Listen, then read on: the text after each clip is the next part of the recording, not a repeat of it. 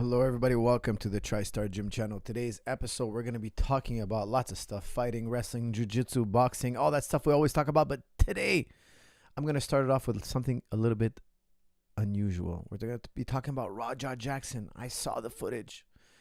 It blew my mind. Raja Jackson, the son of Rampage, Quinton Rampage Jackson. For those of you who are not in MMA for a very long time, a lot of young kids, you don't know who maybe Rampage Jackson is. Rampage Jackson, Quinton Rampage Jackson, is the father of Raja Jackson. Raja Jackson right now with the young kids probably more popular than his father, Quinton Rampage Jackson. Guys, Quinton Rampage Jackson was one of the legends of the sport. He's a living legend of the sport. He was one of the biggest superstars in Pride FC, and he was also world champion in UFC. He beat Chuck Liddell twice, once in Japan and once in the US in the UFC to win the UFC world title. He fought John Jones in a world title. He fought Rashad Evans. He's one of the legends. Now, his son almost killed a man very recently in a small town professional wrestling show. Just a small town professional wrestling school was putting on a show with probably less than 100 people in attendance. He got in the ring and he beat a man nearly to death. At least that's what it seemed like to me. Now, I want to ask you guys a question. Suppose I was walking down the street, minding my own business, and some guy walks up to me and hits me over the head with a beer can. An empty beer can, but still he hits me over the head with an empty beer can, and I don't know this person. I have no idea who this person is. And I double leg him, take him down, get on top of him, start raining down punches. Would you think I'm in the wrong? I'm just walking down the street, minding my own business, get hit in the head with a beer can, and I just go on a rampage. I just lose my mind. I just grab this guy, double leg him, slam him on the ground, get on top of him, start beating him. Would you think that's self-defense or is it assault? Now, let's think about scenario B. That's scenario A. Okay, scenario A, in my opinion, sounds a lot like self-defense. Scenario B, some stranger hits me in the head with a beer can. People intervene. They calm us down. I get an apology. We shake hands. We say that, okay, this was a misunderstanding. The guy thought it was a work. The guy thought you were in on it. He saw the camera. He was putting on a show. There's a context now. There's a new context. There's a context. And the context makes a difference. The guy's telling you, I'm sorry. He shakes your hand. He sits down. People interview and it's like, wait a second. This is a misunderstanding. But you're still furious. You got hit in the head with a can. An empty can. And, they say Raja Jackson was concussed. Okay, the guy didn't know that. Now we have some different context. It's not the same as if you're alone in the street and somebody hits you and all of a sudden you defend yourself. That's totally different. Right now, in the second scenario, scenario B, people are intervening. People are between me and the assailant, and the guy's saying he's sorry. He thought it was he thought you were in on it. He thought, hey, you were going to roll with it. You're going to be part of the show. It's going to be fun. And then they tell you, hey, let's squash the beef. We'll let you get him back in the ring. We'll let you, during the show, get in there and hit the guy and get your payback in front of everybody on screen, in the show, in the arena, and it'll make it even. Oh, okay, that calmed Raja Jackson down. Guys, in both scenarios, we have an assault. This guy, his name is Psycho Stu, the wrestler. In my opinion, he was completely at fault. Hitting Raja Jackson on the side of the head with a beer can is absurd. It's stupid. It's ridiculous. And I don't care what anybody says. If you don't know the guy's in on it, you just see a guy walking around with a camera. Wait, you think automatically you're allowed to now hit this guy in the head? But if it was scenario A, if Raja Jackson was walking down the street by himself and this guy, Psycho Stu, walked up to him, hit him in the head with a beer can, and Raja double legs him and beats him up, I would tell you, look, that's self-defense. That's 100% self-defense. The guy was defending himself, and even though I would think Raja went overboard in scenario A, I think that's overboard. I would have just controlled the guy. I would have smacked him maybe a few times, and once I see he's enabled, I would have let him be. But scenario B is far worse. Why? Scenario B is far worse. The man, Psycho Stu, apologized. He explained himself. There was people there to break up the fight. It wasn't even a fight. It was more just a one-sided assault. It was assault from one side. Psycho Stu assaulted Raja Jackson. Like it or not, cut it any way you want. The man walks up to you, hits you on the side of the head with a beer can, empty beer can, whatever. It's still assault. That's assault. You're not allowed to hit another human being. But they intervened immediately, rightfully so. They calmed everybody down. They sat down. They said, look, let's shake hands. Let's apologize. We're not going to do that again. But I understand Rajah Jackson. He wants to get his respect. I get it. You want to smack that guy because he smacked you in an eye for an eye, or you feel cheated, or you feel like you got punked. But the biggest mistake was not from Rajah Jackson. It wasn't from Psycho Stu. Psycho Stu did something really dumb.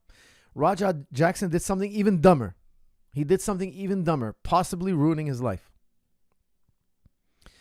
But the worst of the worst was the organization. The organization should be getting the majority of the blame. Rajah Jackson, yes, deserves to be punished, absolutely. But they told him, listen to what they did. They told him, look. And I saw more video. I saw like not the behind the scenes, but I saw Rajah Jackson's feed, not live, but people cut it up, put it on the line. They were telling him, look, we're going to tap you on the shoulder when you can go in and you can do what you want. You can slam him, hit him. And his wrestling coach friend, his friend who's also a coach but also a pro wrestler, he was telling him, get him back. Once you get in there, get him back, get him back. And Rajah Jackson obviously overdid it. He went crazy. He went ballistic. I don't think they expected him to do that. Obviously not. They thought he was just going to pick him up, slam him, slap him around. But they should have never allowed, the organization should have never told Rajah Jackson, hey, get in there and go get your revenge. Go in there and give him back a shot. You're sending in a trained MMA fighter, not a trained pro wrestler. This guy doesn't know your means of operation. I think when this goes to court, I think the wrestling school, because what I understand, one of my buddies is a big-time wrestler here in Montreal. He runs a big wrestling school, and he was telling me, that was a school putting on a show. It's a wrestling school that put on a show, and they let Rajah Jackson get in on the show. He's untrained, no paperwork, just a verbal agreement. Get in there and go ahead, improvise. That's a recipe for disaster. Recipe for disaster. You have a young kid, a young fighter who feels disrespected, who was just recently assaulted by this guy called Psycho Stu, and he wants revenge. Now, guys, I think everybody's at fault. Psycho Stu, at fault. Rajah Jackson, at fault. He took it overboard. He should have picked the guy up, slammed him, smacked him around a little bit. Shouldn't have concussed the guy. He shouldn't have broke his face and his teeth. He went absolutely insane. But the federation as well, the school, is largely to blame. What they should have done, they should have sat them down, called the cops, say, look, we have to file a report. They should have sent Psycho Stu home. You can't come here and do that. You can't come to the... Guys, if you walk in the TriStar gym and you're not even gloved up, and one of my fighters walks up to you and hits you, bang! Oh, sorry, I thought you were here for sparring. That guy's gone. That guy's gone. That guy's gone. He's gone. He's leaving. I'm going to call the cops and say, hey, man, you're not supposed to hit people. First of all, I probably wouldn't call the cops. I would just slap him back. I would be like, hey, man, listen, I'm going to smack him for you, and it's going to be even Stevens, or I'll let the guy who got hit smack him. I would have made it fair. I would have squashed the beef. And I definitely wouldn't put those two guys to spar in the ring. Hey, how about this? How about we get in the ring and we just spar? No, I wouldn't have done that. It was a stupid decision by the organizers. The organizers had to separate them, calm them down, call the cops, file a report, and send this Psycho Stu guy home. Rajah Jackson at that point was at no fault whatsoever. All he was a guy coming to watch a show. He was invited to come see a show, and he gets hit in the side of the head. The organization set him up, and he took the bait. I hate to say it, but Rajah Jackson is dumb as hell. He's dumb as hell. He got rage baited by his followers online. He got antagonized by people online. He went in there and he unloaded and possibly ruined his life. He possibly ruined his life. And maybe that guy Psycho Stu is never going to be the same again. Guys, I said this on the Rogan show years ago, before you had all these crazy videos on YouTube. And YouTube wasn't as big back then. And I was telling him, look, I was a security guard for so many years. I was a doorman for so many years. And I'll tell you something. I've seen so much violence that was needless. This was needless violence. It could have been resolved in a much smarter way. I'll tell you something. As a security guard, if I saw two guys interact like that, one guy hit the other guy in the side of the head with a beer can, There's no way those two guys are staying in the establishment. There's no way. One of them has to leave. There's no way I'm letting one. I don't care if they shake hands. I know that an hour later, one of the guys is gonna come back and do something crazy. Those guys have to be separated, and one of them has to leave, and it's the guy who instigated it. I will separate them immediately. I'm gonna call the cops. I'm gonna file a report if the guys don't leave. I'm gonna have the cops put the bracelets on them and make them leave. You cannot reconcile that by setting up a hit. You can't do that. It's so ridiculous. And I'll tell you guys something. Legally, they must be so. This school must be incredibly. There, in my opinion, Raja Jackson's even gonna sue the school. Watch that. Watch this. If I was Raja Jackson, I would sue the school. They told me to go in there and get my licks back. They told me go in there and it's cool. You can get your revenge. You could do it. I'm not saying he should do it. It's the dumbest thing he ever did in his life. This was the dumbest decision he ever made in his life. But they told a professional fighter, yeah, go in there and do your thing. Yeah, go get your in there. They set him up with no criteria, no training, no limits, not told exactly what he has to do. There was no choreograph. There was no rehearsal. This guy doesn't know what he's doing in terms of professional wrestling. He's completely naive. Now, is he brain dead? No, he's not brain dead. He has a head on his shoulders. He knows what he did. He knows what he did. And I could tell you something. I think he needs to do time. Raja Jackson needs to do time because he has no compassion for human beings. He beat that man senseless, and thank God for that guy in the red, the guy with the mohawk, the wrestler, the big guy who jumped on him, because at that point, all you had was a referee kind of waving at Raja Jackson while Raja Jackson is dropping bombs, and some shorter wrestler trying to pull Raja Jackson off, highly unsuccessful and not very committed to saving the guy on the bottom, Psycho Stu. He wasn't very committed. And you're just seeing these shots rain down on Psycho Stu, and you're like, this guy's going to die. And then some big muscular guy, wrestler, I think he was dressed in red, and he had like a mohawk, I believe. He finally comes in. This man's the hero of the day. I don't know his name. I wish I knew his name because this guy deserves credit. He tackles Raja, puts him up against the wall, and then, against the ropes, and then a bunch of wrestlers engage and smother him in the corner. And I guess somehow, some way, I didn't see how they got him out of the ring, but they push him out of the ring. And what blows my mind is somebody goes on top of Psycho Stu and pins him. One of the professional wrestlers thinks this is a bit. Now, I could understand if that guy was in the back and he didn't witness what happened prior. It could be. I don't know where that guy was. He just kind of seems to come out of nowhere. He was holding a flag. A big guy gets on top of Psycho Stu while Psycho Stu is completely unconscious, and the referee is now counting. And I don't know where that referee popped out from. I lost track of where he came from. Was there another referee? Because is this the same referee that was watching him when he was getting punched? Guys, you need to call an ambulance. This man cannot be... there's no playing around here. Turn on the lights. Call an ambulance. Call security. It was an insane, highly unprofessional, incredibly dangerous scenario. Let's let this MMA fighter come in here and get in on some of the action because he's angry with that guy, and that's how we're going to make everything all better. That federation was mediating between Psycho Stu and Raja Jackson, and they did the worst possible job. They did the worst possible job. Let's let this young kid run wild on this middle-aged man who's completely out of shape. And we didn't tell him exactly what to do and how many shots he gets to land and what exactly. They didn't tell him anything. Go ahead and improvise. Oh, yeah, you're totally enraged? Go ahead and improvise. Guys, I was disgusted. All three of these parties, excuse me, Psycho Stu instigated the entire thing. Did he deserve to be beat to death? No. But he instigated. He made a really stupid decision to smash a beer can on somebody's head. The promoters, the school, are completely guilty as well. I think they're the worst to blame. Why? They resolved the situation by telling Raja Jackson, get in the ring and do what you want to him. Get in the ring and we'll let you know. We'll tap you on the shoulder. The promoter was tapping him on the shoulder. I'll let you know when you can go in. Ridiculous. And number 3, Raja Jackson did something so stupid. So embarrassing. Guys, if I was Raja, if I got hit in the head with a beer can, I would have told the guy, look, I don't want to be part of the show. I just want to slap you back. I'm going to slap you once. And when I slap you back, it's over. We don't have to talk about it again. I'm telling you guys, I swear to you, that's what I would have done. I'm a eye for an eye kind of guy. I'm an eye for an eye. Believe me, I like turning the other cheek too, yes.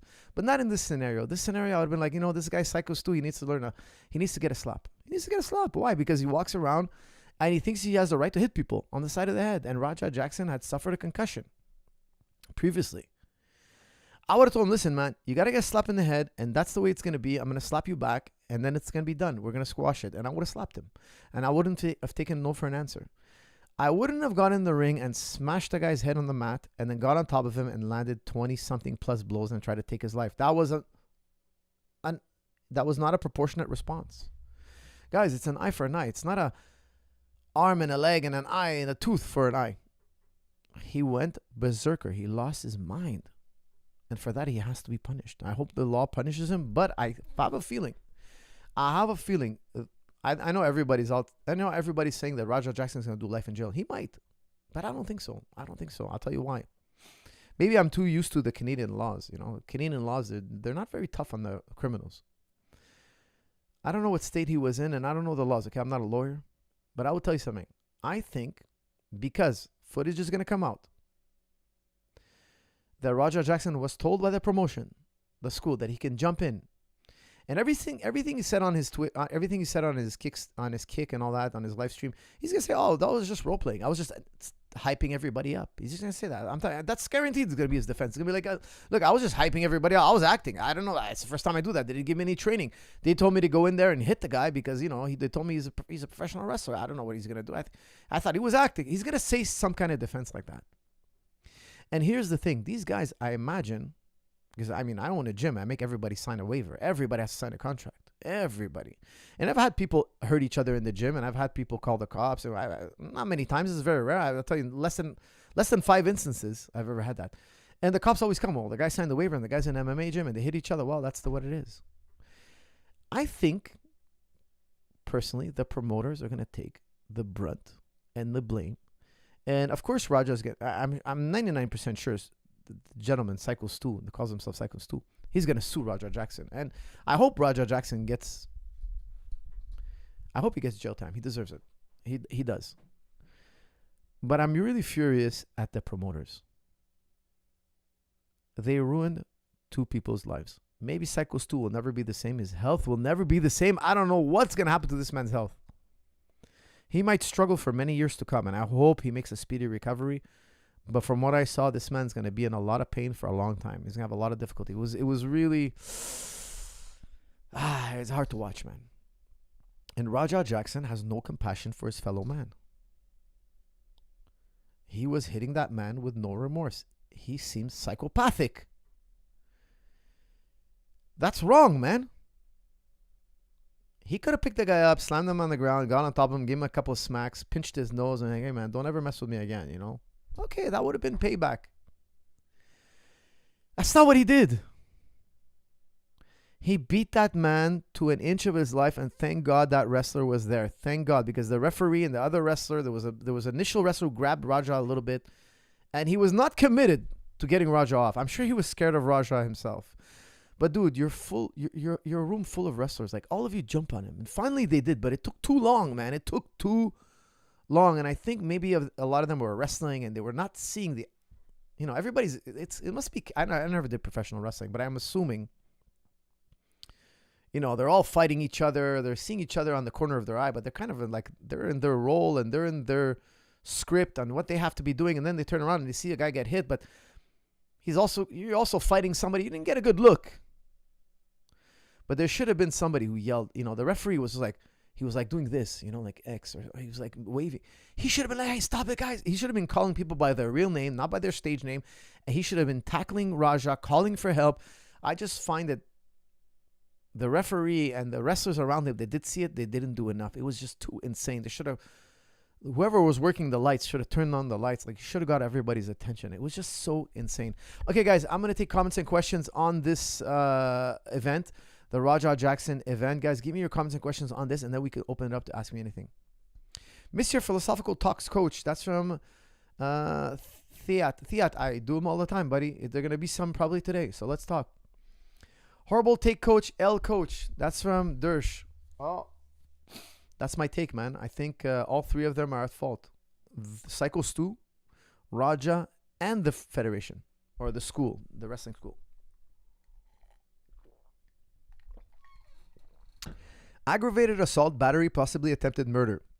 Premeditated. That's from Paul Polito. I agree with you. It was premeditated. Aggravated assault for sure. Attempted murder, probably, yeah. But let me ask you this, okay? Legally speaking, now put on your legal caps for a second. I agree with you. I don't think he was acting. If you're a judge, now think about this, okay? Let's say you walk into TriStar Gym. And I tell you, okay, it's a sparring. Yeah, let's spar. But before the sparring guy hits you, and I'm like, oh, man, the guy hit you. You're pissed off at him. Yeah, he just walked up to me and hit me before the show was on, before we gloved up to spar. Oh, yeah, okay, I'll tell you, look, let's get in sparring, and I'll let you beat him up for a minute. I'll hold him down and let you beat him up for a minute. And then you hurt the guy. I would tell you, I would end up in jail. I know I would lose my studio license. I would be in a lot of trouble. As a gym owner, I know I would get in trouble. So what I'm trying to tell you is that Raja Jackson is wrong, for sure, but he's not the only one that was wrong. He's not the only one that's wrong. The school, the federation, the wrestling school is also at fault. Because if two guys in my gym were fighting, like they were literally fighting, they wanted to beef, I wouldn't glove them up and put them in the octagon and let them beat each other up. I wouldn't do that. I'd be like, look, you guys have to leave. One of you has to leave. Or if you're not leaving, I'm calling the cops. That's what the wrestling school should have done. Psycho Stu had to go home. If one of my fighters hit some random guy who's visiting the gym, oh my God, that guy would leave for sure. And he's probably going to be barred from the gym for a very long time. And I would have to get in his head. Why the hell would you hit somebody like that? Oh, I thought the camera was rolling. I thought it was acting. No, that's not a good excuse. That's not a good excuse, guys. Psycho Stu did something really, really stupid. He hit somebody on the head who he doesn't know, just because he was under the assumption that, hey, I'm going to do a viral video. That was assault. Guys, I'm sorry to tell you. Psycho Stu assaulted Raja Jackson first. Now, what Raja Jackson did was psychotic, and he deserves to be punished. Totally agree. But why didn't the federation call the cops? Why didn't they send Psycho Stu home? Why does Psycho Stu assault somebody, a fan, a spectator, and then he gets to go on and go into the show and put on theater and put on the works, the wrestling show or whatnot? Why is that? Why is he allowed to assault somebody? I'll tell you something. If you walk into my gym and you're visiting and somebody assaults you, a member of my gym is assaulting you, I'm going to call the cops. I'm going to file a report that he assaulted you, and I'm going to kick him out of my gym. I'm not going to glove you guys up and put you in the ring and say, hey, get him back. That was the stupidest thing that wrestling school could have done. I find it completely absurd. And I think a judge is going to see it that way too. They're going to get a lot of trouble. I think everybody's going to get in trouble. Maybe not Psycho Stu, but if Raja just called the cops, he's like, hey, man, I was assaulted. I have it on camera. I want this guy out of here. He would have got him arrested. That's assault, 100% assault. And you can't use the excuse, oh, I thought he was a wrestling guy. No. It doesn't work like that. It doesn't work like that. Raja's fault, 100%. That's from Sadaf. Sadaf, I wouldn't say 100%. That I don't agree. If somebody walked up to you and smacked you on the head with a beer can, I think you'd feel differently. I don't think it was 100% his fault. Plan gone bad. That's from Andre. Andre, horrible. It's not just bad. It's catastrophically bad. It's catastrophically bad. Okay. Number one, Psycho Stu may lose his health permanently. He may never come back to regular health. I hate to say it, guys, but that was vicious. And Raja might do hardcore prison time, like a long prison time. That wrestling school, I think, is going to be sued into by everybody. Raja's team, Psycho Stu's team. I can't imagine they don't get sued. I cannot imagine. I can't imagine running an establishment, like I run a gym, okay? And one person walks in, visiting, and gets hit in the head, and I don't do anything about it. It's impossible. It's impossible. I would call the cops, file a report, send that guy home. Whoever did it's going home. He's not training today. He's not sparring today. He's not going to go on with the day. Why is Psycho Stu in the ring? That was a crazy, ridiculous way of trying to fix things. Oh, let's go on stage where everybody's watching. Guys, when everybody's watching, you're going to do 10 times worse. Because you're being egged on by the mob. You know, and of course this mob was digital. It was online. He's live streaming. They're mobbing him. They're egging him on. Oh, go do it, do it, do it, do it. Entertain us. They want to see blood. They want. And yeah, you're getting egged on.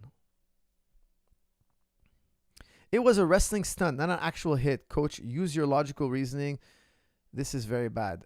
That's from Dershowitz. No, of course, guys, it was 100% real. It was 100% real. What I'm just trying to tell you is I'm sure there's an industry standard. Now, I'm not a professional wrestler, but I assume when you make two people wrestle in pro wrestling, there are contracts signed. There are waivers signed. Because I ran a gym and you have to sign a waiver. Nobody trains without signing a waiver. Nobody. You have to sign a waiver before you can get on the mats. That waiver, it shows that you understand that you're doing martial arts, and people get injured when they do martial arts. It does happen. Now, I'll tell you something. Guys, if you ever trained with me, you know I'm like always telling the guys to make sure we don't injure our partners. I always tell guys, if your partner gets injured, it's your fault 100% all the time. And I keep track of everybody who gets injured by who. Is there one guy injuring more people than others? Like, is there a guy out there who's being careless? Like, I surveil the mat. I've never seen instructors surveil the mat as much as me, to be honest with you. I'm all about being healthy for life and training for life. That's my whole thing, longevity. Having great training without getting injured. I think that's the epitome of training. But that's not what I saw in professional wrestling. I saw a recipe for disaster being organized by a wrestling school. Now, I know in their minds, they didn't think anything like this could happen. But they told him to get in the ring. Do they not bear any responsibility? Absolutely. They should have called the cops. They should have sent Psycho Stu home. But instead, they're like, oh, you assaulted a kid? Okay, we'll fix it by letting him in the ring and letting him smack you around. That was insane. Psycho Stu shouldn't have agreed to it. Psycho Stu should have left the premise. He should have never smacked the kid in the side of the head with a beer can. And Raja Jackson is also obviously psychotic. He lost his mind, okay? I think he needs to do jail time, to be honest with you. He has showed no compassion. If he just picked up Psycho Stu and threw him on the ground, got on top of him, kind of smacked him a little bit just to get a little payback, it would have been acceptable. But the fact that he slammed his head on the ground, got on top of him, hit him as hard as he can, to the brink of death, was insane. And it shows he has no compassion for human life. He acted like a psychopath. And for that, he needs prison time, in my opinion. And he needs counseling. He needs to show that he can change as a human being. Did you see Psycho Stu apologize multiple times and Raja accepted his apology and shook hands? That's from Young Ba. I'll tell you one thing though, okay? From what I understood, and I don't have all the details, they shook hands on the premise that they're going to fight, that Raja gets to smack him back in the ring. Gets to hit him back in the ring. Because from what I saw, there was a Hawaiian fellow, it seemed like he was a Hawaiian fellow, between them. And he's like, hey man, okay, look. Let's do it in the ring. You can get him back in the ring. And then he's like, okay. From what I understood, guys, because I don't have all the ins and outs. I can't wait till the case comes out because I hope there's a full report. But from what I understand, Raja accepted the apology on the premise that he gets to hit him back in the ring. Because they said, oh, from what I heard, the Hawaiian fellow was saying, look, we'll make something out of it. We'll put it in the ring and you'll get your revenge in the ring. I think that was the worst idea in history. The worst idea in professional wrestling, maybe the second worst idea in professional wrestling history. Once upon a time, Owen Hart, he was told to come down from a stadium ceiling, and the rig failed, and he fell, and he unfortunately broke his neck and died in the ring. I think that was the worst idea. He didn't want to do it. They say the documentary says he didn't want to do it. He has fear of heights, etc. Malfunction happened. The man dies. Okay. Now, I'm not a professional wrestling historian or anything like that, but I've watched my fair share of professional wrestling as a kid. And I can tell you, this was the most, after Owen Hart, what happened with Owen Hart, this is the most tragic thing I've ever seen in a professional wrestling ring. And the promoters didn't think this was going to happen. I don't think they thought Psycho Stu was going to get beaten to an inch of his life. But they should have never sent in a guy who's unrehearsed, untrained in professional wrestling, who's a professional fighter, a time bomb, a guy who can kill a man easily with his own two hands. Unscripted. And Psycho Stu also should have never agreed to that, man. He put his life on the line. He put his life in danger. If I was Psycho Stu, I would have been like, look, I have to go home. I'm not going to do this. This is crazy. The guy's obviously angry with me. Listen, guys, I think they're all to blame. And you can't defend the guy for hitting somebody on the side of the head with a can. I'm sorry. That's indefensible. If you walk into my gym and you walk up to one of my students and you hit him on the side of the head with a beer can, believe me, there's going to be a problem. There's going to be a problem. That was assault. It was very bad judgment on Psycho Stu. Now, did he deserve to get beaten to within an inch of his life? No. It had to be a measured response. But believe me when I tell you, look, think about this. Let's go back in an alternate universe. Let me take you in an alternate universe. Alternate universe. Raja Jackson shows up and Psycho Stu politely shakes out his hand and say, hey, I'm Psycho Stu, man. Pleasure to meet you, Raja. Oh, pleasure to meet you. And that's it. There would be no violence whatsoever. There would be no violence whatsoever. Now, you hit a man on the side of the head with a beer can.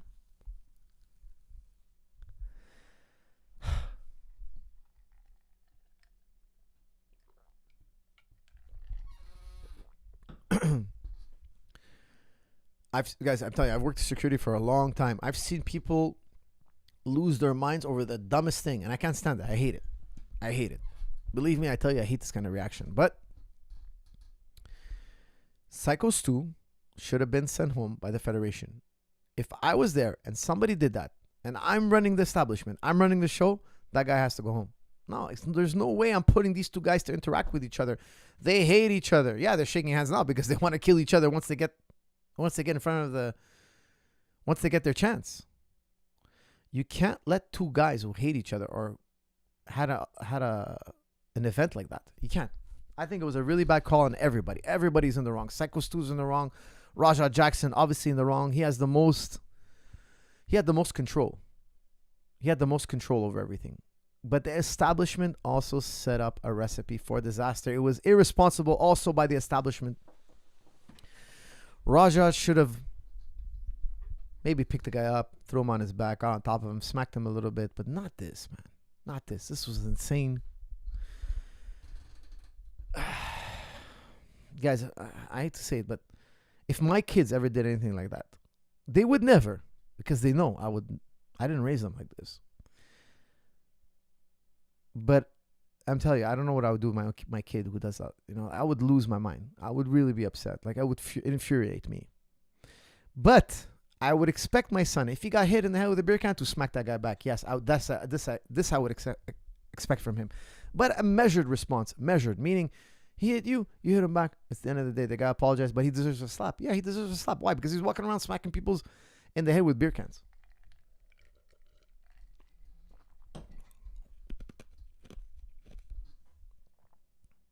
The organization is horrible. They let the match continue and Stu got pinned. Larry Bird. I don't know if that wrestler saw what happened. That's the thing. If that guy saw what happened and he ends up pinning the victim on the ground, I don't know what to say. Like, I hope that guy he just got in. He didn't see what happened because he thought Stu was playing along. Like, he must have missed what happened.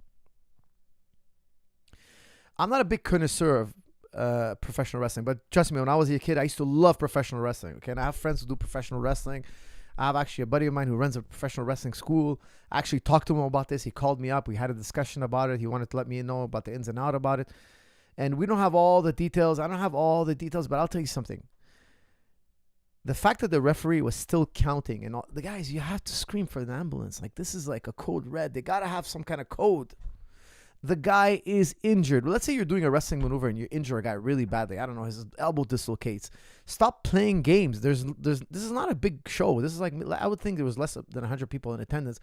Call an ambulance. Get a stretcher. Every second counts. This man can die right here, right now. Stop with the pinning and the counting. The referee was watching the whole thing, starts counting. He's still playing in the theatrics. Get this man an ambulance. I'm sure there's an ambulance on site because, like, when you do amateur shows and professional shows, there always is an ambulance on site. Actually, in Quebec, the way we have it here, there has to be 2 ambulances at all times. So if somebody has to leave with an ambulance, the next fight can go on until a second ambulance comes in. There can't be just 1 ambulance. There has to be 2 ambulances at all times at a professional fighting show in Quebec. It could be the case that both fighters get injured and both fighters need an ambulance, and therefore you have to have 2 ambulances at all times. If one ambulance leaves with a fighter, they wait till a second ambulance arrives before they allow the next bout to happen. Safety first. Why isn't an ambulance already in the rings resuscitating this man? Why aren't the lights on? What are they waiting for? There has to be, I can't imagine they would do a professional wrestling show without having an ambulance on site. Like the ambulance is literally has to be about 100 feet away. They have to be 100 feet away. Every professional boxing show I've ever been to, MMA show, even grappling events, we have an ambulance on site. No, you don't call an ambulance. The ambulance is already there. I hope it's the case with professional wrestling. I hope they have an ambulance on site. But if they do, why the hell did it take so long for them to get the stretcher out and resuscitate this man, get this man some air, some oxygen? I think the school is incredibly liable. Like, I would never allow any kind of event in my gym where there's not an ambulance present in the gym. Now, we have sparrings and stuff like that. There's no ambulance present. But if we have an event like a smoker or something, or a grappling event, there must be an ambulance present. Somebody breaks their arm. Somebody dislocates their shoulder.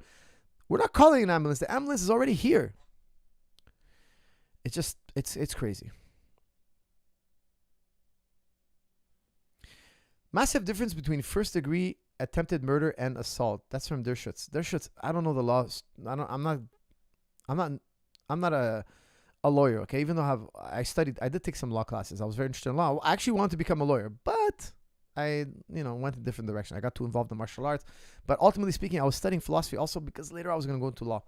I'm fascinated by law. I'm very interested in it. But I'll tell you something. I'm definitely not an expert. But I think a judge is going to see that video and is going to be like, hey, man, this was not playing along. I hope the judge uses his common sense. But I have a feeling, I really have a feeling, that the wrestling school was not allowed to do that. They were not allowed to send a guy in who's not under contract, who's not trained, I don't know if you have to have a license to do professional wrestling. I don't think you do. Okay? Like, to do MMA fighting, you need a license. You need to be a licensed professional fighter. And sometimes they want to see you, let's say you're 0-0, they want to see you train. So they're going to set an appointment where the commission will come and watch you train. They want to see you hit pads. They want to see you do jiu-jitsu. They want to see you wrestle. They want to see if you're competent enough to compete in the octagon or the ring. Okay, so if you're 0-0, they don't give you a license. They want to see competence first. Now, I don't know if it works like that in professional wrestling. I don't know if any Joe Blow, and it seemed like that wrestling school allows, they didn't seem like Psycho Stu didn't seem like a highly trained professional. But still, I'm sure he went through some training. I mean, it is a wrestling school. I'm assuming that these guys must be signing a waiver. They have to be. I would never allow anybody in my gym to train without signing a waiver. It's absolutely unheard of. Unacceptable. I have insurance. If something, God forbid, happens to you, I have an insurance that covers me and covers the person who got injured. We're operating with insurance. There's no way they can send the guy like Raja Jackson in the ring legally. There's no way. There's no way. I saw the organizer tell him, yeah, you can go in the ring. I'm going to tap you on the shoulder when it's time to go in. I thought that was the biggest mistake. I thought at first Raja got in the ring on his own. Then I watched the footage before and they're telling him, no, don't worry. We're going to organize it. You're going to go in there. You're going to get paid back in the ring. Okay, how about that? And we're going to tell you. And then the guy with the head says, like, I'm going to tap you on the shoulder when it's time to go in. It was a recipe for disaster. The wrestling school also has Psycho Stu's injuries on their hands. It's not just Raja. Raja, of course, is to blame. He had all final control. He had the final say. He did something incredibly stupid. But that wrestling school is equally to blame. They're equally to blame because they wanted to turn the blind eye to Psycho Stu's assault. And believe me, that was assault. This happened. They should have called the cops. They should have sent Psycho Stu home. They should have said, look, if you guys can't squash this, we have to send Psycho Stu home. I would have never let those two in the ring together. Never. Never. Ask Coach, he should clarify. I don't know what that is. 23 times and he would have kept going. That's from Ryan Biggs. Yes, absolutely. Absolutely. And he looked like he went psychotic, completely psychotic. And thank God that the guy in the red was there. Thank God that guy in the red, the guy with the mohawk, saved that Psycho Stu's life. And he might have saved Raja Jackson's future. He might have saved two people. And I don't think just because Raja Jackson's to blame. We shouldn't blame everybody else. I know Psycho Stu is a victim. Yes, I agree. He's a victim. But he's also the guy who instigated the whole thing. You can be a victim and be the instigator. He got more than he deserved. But he instigated it. And Raja Jackson was too dumb to give a proportionate response. He was too stupid. That's the truth. He let people online bully him, drive him nuts. And I understand how difficult it can be being bullied online. I get it. You know, here in Quebec, we have a major problem with that. Here where I am, we have a lot of teen suicides. Why? Because the kids go to school, they get bullied, then they go home and they get bullied online. It just never ends. There's this cycle, 24 hours of bullying. They wake up in the morning, they open their social media, they're being bullied. They get to school, they're being bullied. They go home after school, they're being bullied. They open their social media before going to bed, you know, they're scrolling, they're getting bullied. There's some kids, well, in Quebec, for some reason, we have a lot of it, okay?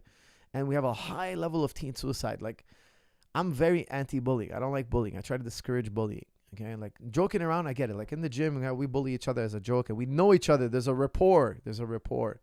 But two people, one guy smacking the other guy in the head, and they don't know each other, you got to separate those two. You got to file a report. That guy has to leave. He's got to go home. We're not doing this in the ring. We're not solving this in the ring. It's not how it's going to go down. They didn't do that. They didn't separate them. I would have sent Psycho Stu home. I would have sent him home. I'm like, man, you can't do that. You're fired. I would have told him, look, I'm sorry. You're fired, man. Oh, I'm sorry. Look, you're fired. I'm firing you. You're out. You're done. You can't hit a guy in the head who's a spectator. I personally would have cut ties with Psycho Stu. But unfortunately, they had the worst idea ever. Send a professional fighter in there without any training, without a script. And you know he's boiling. His blood is boiling. He's pissed off.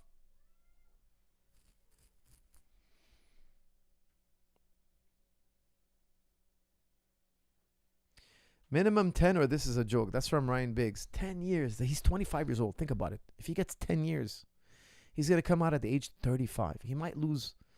It wouldn't surprise me if he gets 10 years. I'm telling you, it wouldn't surprise me. But it's sad. It's sad that he did something so stupid. It's sad that he could be so unhinged. I can't believe he would beat the man that badly. I could understand if he smacked him, told him off, embarrassed him. Even I wouldn't do that because the guy was, I'll be honest with you, if the guy was my age, the guy is my age, by the way, but let's say I was 25 and some guy, 25, hits me in the side of the head, I'm fighting the guy. I'm fighting the guy. If he's an older guy, like Psycho Stu, I could see like he's not my age, he's not my fitness, I would at least just want to smack him back because I don't think he's right to do that to people. I would want to just smack him back. Like, I wouldn't beat him down, okay? But I would tell you something.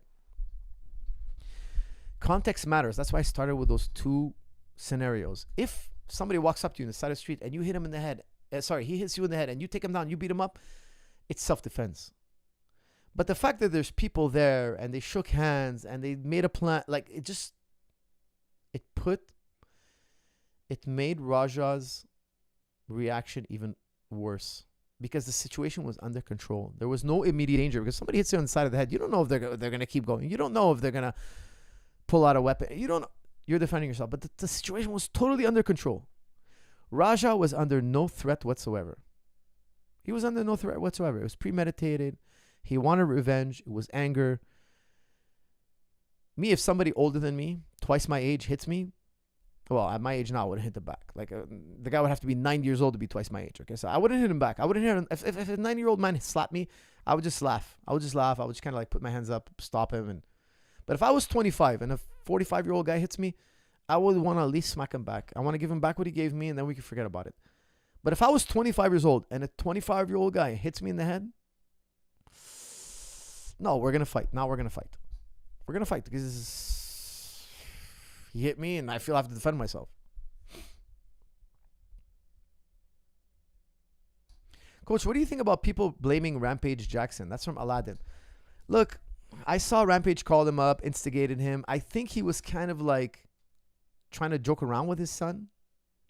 And his son was in a really bad mood. And Jackson didn't understand that. Not right away. Rampage didn't understand it. Quentin. I should say Quentin, okay? Quinton Rampage Jackson is the father of Raja Jackson. For the guys who are new into MMA, okay? Quinton Rampage Jackson is a legend of the sport. One of the greatest to ever do it. Light heavyweight.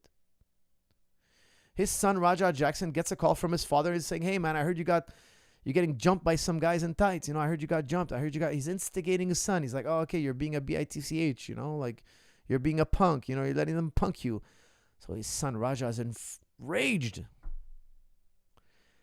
Quinton Rampage Jackson, I think, was trying to make light of it. He didn't see the situation as how pissed off Raja was. And I don't know how the relationship is. But I think you should be able to tell by the sound of your child's voice how he's feeling. And I would have like, and I know it's hindsight, but I would have been like, hey, man, are you okay? Like, what's going on? I think Quinton was trying to be funny. He was live streaming. He trying to get, like a back and forth with his son and this and that. I think it was trying to be banter. He's trying to create some banter. And you could see Raja's not in the mood. He's not in the mood. He's pissed. Quinton hangs up the phone. He thinks, oh, wow, he's pissed off at me now. It didn't help. What Quinton didn't help. But I'll tell you something. At the end, it was Raja's decision. I hate to say this, but the kid did something so stupid that if the justice system is fair, he's going to do a hard time. If the justice system is fair. But I have a fear. I'm telling you. Maybe it's because I'm Canadian. Because I'll tell you something. Here in Canada, we have crazy laws, okay? You know what they tell us in Canada? I swear to you. I know a lot of you guys are going to call me a liar now, but please do me a favor. Before you say I'm a liar, look at it. Look it up, okay? They tell us, look, people want to steal your car keys so they can take your car in the middle of the night. Just leave your car keys where the thief can get it so he doesn't have to break in. They're telling us how to give the keys to the thief without the thief needing to break into my house. Like, what? You want me to make it easier for the thief? Yeah. That way, there's no thieves injuring people and no thief. Like, okay, well, I want to protect my belongings. Am I allowed to protect my belongings? Yeah, but if he breaks into your house, now you have to decipher, the Canadian has to decipher the victim. You have to say, is he coming just to steal or does he want to hurt you? But you want me to sit down and have an interview with the guy? Oh, a guy breaks into my house. You want me to make a pot of coffee, sit down with him, look him in the eye, and try to read his intent. Guys, let me just tell you guys something. If you break into my house, and this video might be used against me one day. If you break into my house, I'm going to assume you're here to harm me and my family. And I'm going to defend my family to the full extent of my capabilities. The full extent. If you break into my house in the middle of the night, I'm going to defend my house and my home and my family to the full extent of my ability. And I completely disagree with Canadian law. How am I supposed to know that this guy wants to just take my car or he just wants to kill my family? I'm a mind reader. Can't you tell by the look on his face? No, I cannot tell by the look on his face. It's the middle of the night. The guy breaks into my home. I don't know why the Canadian law is designed this way. You're supposed to figure out some way, somehow, some magical way what the guy's here to do. Even though he's in your house. He's not supposed to be in your house, obviously. The doors are locked. The guy that's a stranger is in my house. They want to protect the health and safety of the criminal. Mind blow. It's a total mind blow to me. So I don't know what state this happened in. I don't know if they have crazy laws like us. But in Canada, I will tell you something. Not in this particular, not the Raja Jackson case, but sometimes the perpetrator, he has more rights than he should. He's obviously the thief, the criminal, the attacker. They give him a court date, then they send him back out on the street. Here in Canada, they catch a guy, they give him a court date, then they let him back out, and the guy keeps committing more crimes. Just keeps committing more crimes. And then he has a court date, and then they give him a slap on the wrist, and he's back out on the street, and it's just crazy. The Canadian laws sometimes are crazy. Psycho Stu saw the camera and thought it was part of the show. He apologized after. He should not be blamed. He's not to blame. That's from Mahan. Okay, man, that's a really good perspective. And I think a lot of people are going to say that. But can I ask you a question, man? Just because I'm a professional wrestler and I see you come in with a camera, and I'll bet you this, okay? Talk to anybody who's in the professional wrestling world. They don't do that. Backstage, they don't hit each other in the head because they saw a camera. It doesn't work that way. I have a good friend of mine who runs the biggest wrestling school in Montreal. Okay, It doesn't work that way. Just because the guy has a camera on him, it doesn't give you the right to walk up to him and hit him in the head. You don't even know who that guy is. Like, I get it. If you've wrestled somebody 20 times and you know each other and you know that guy's going to play along, okay, fine. He hits somebody on the side of the head who he doesn't know. Just because there's a camera there, it doesn't give you carte blanche to hit the guy. I guarantee you, if Raja Jackson called the cops and filed a complaint, he would have charged that guy with assault. He had it on camera. He got hit in the head, side of the head with a beer can. Now, I'm telling you, it doesn't mean, because if they were in the ring in front of everybody, I'd be like, yeah, of course, guys, it's theater here. Yeah, the lights are on, the camera's rolling.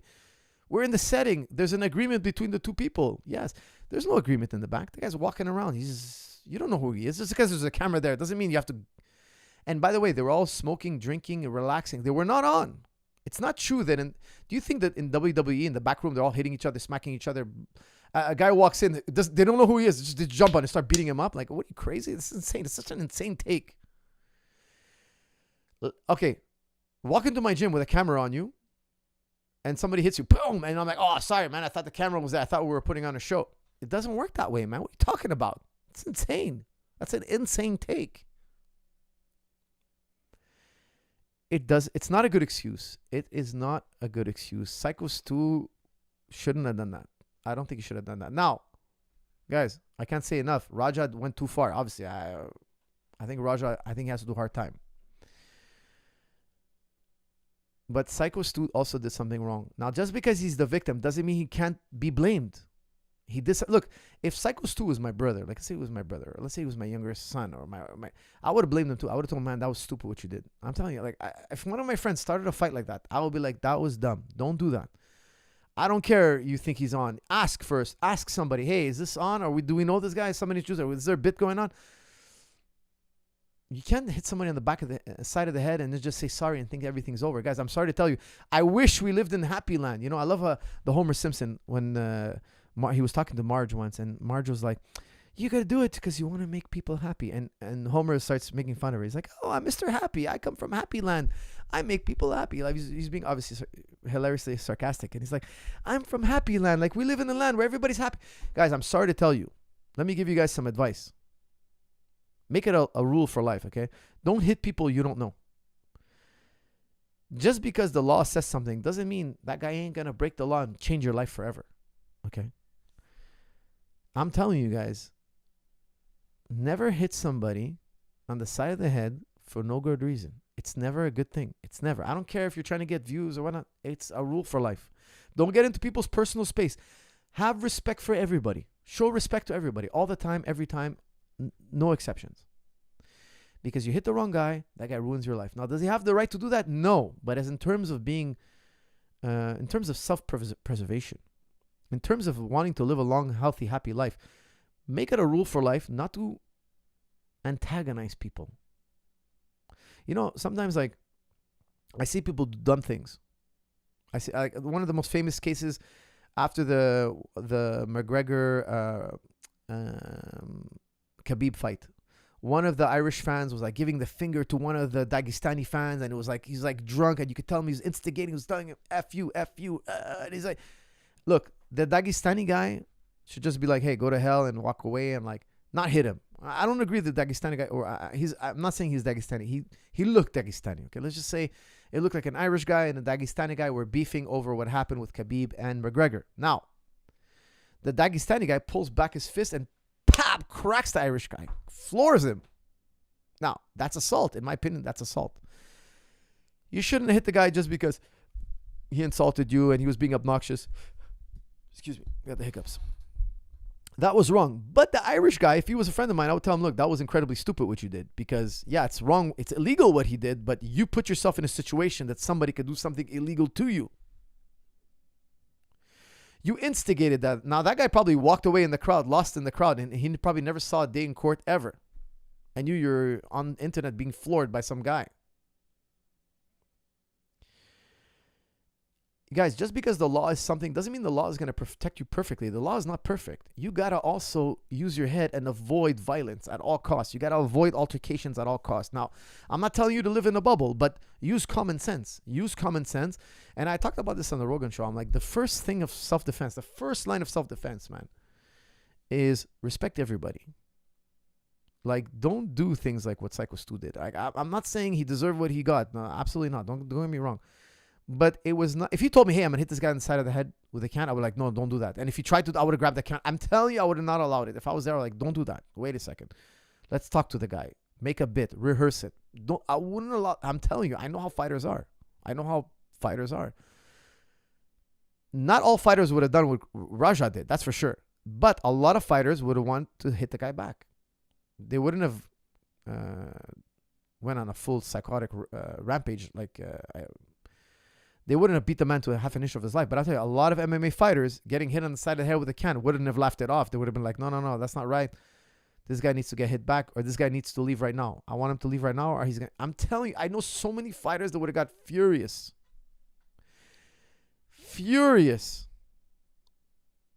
And Raja, unfortunately, went beyond furious. He went beyond. He didn't use his head. Now, I think he's going to do a hard time.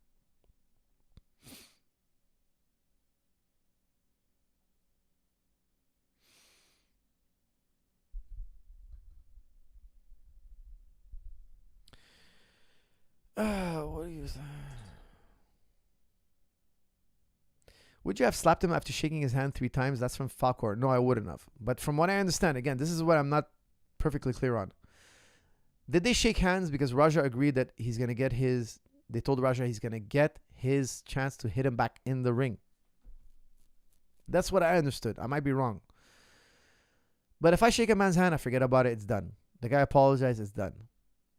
But I personally would have not shook his hand. If he hit me on the side of the head with a beer can, I wouldn't have shook his hand. I wouldn't have accepted his apology. And I would have been like, this guy has to leave right now, or I have to smack him back. But he has to leave because I can't be here and this guy's here and he smacked me on the side of the head. And I'll tell you something, because it's disrespect, because he's going to keep doing that in life. You know, he's going to walk around next time. Oh, sorry. I just hit people inside of the head and I say sorry. Now, I know a lot of people are sympathizing with him, as they should, because the guy was beaten badly. But I'm telling you guys, you have to be careful out there in the world, because there are people who have no compassion.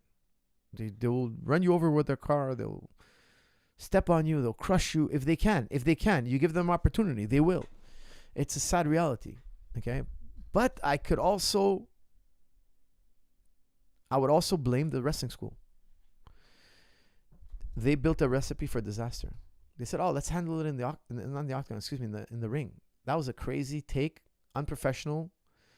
They're a school. They're supposed to keep the athletes safe, the performers safe. Oh, let's put this MMA fighter to go out there and get his revenge on you. And that's how we're going to make everything okay. I think people are letting him off the hook way too much. They're to blame as well. They should have called the cops, sent Psycho Stu home, filed a report. Hey, man, Raja, you got assaulted. We saw it. We're a witness. That's it. It ends there. It's an assault. We're not going to let you hit him back. We're going to call the cops. The cops are going to come here. They're going to separate you two. They're going to put a restraining order on him. And that's how I would have handled it. Guys, if you walk in my gym and somebody in my gym attacks you, I guarantee you that guy's leaving. And he's leaving with the cops. I guarantee you.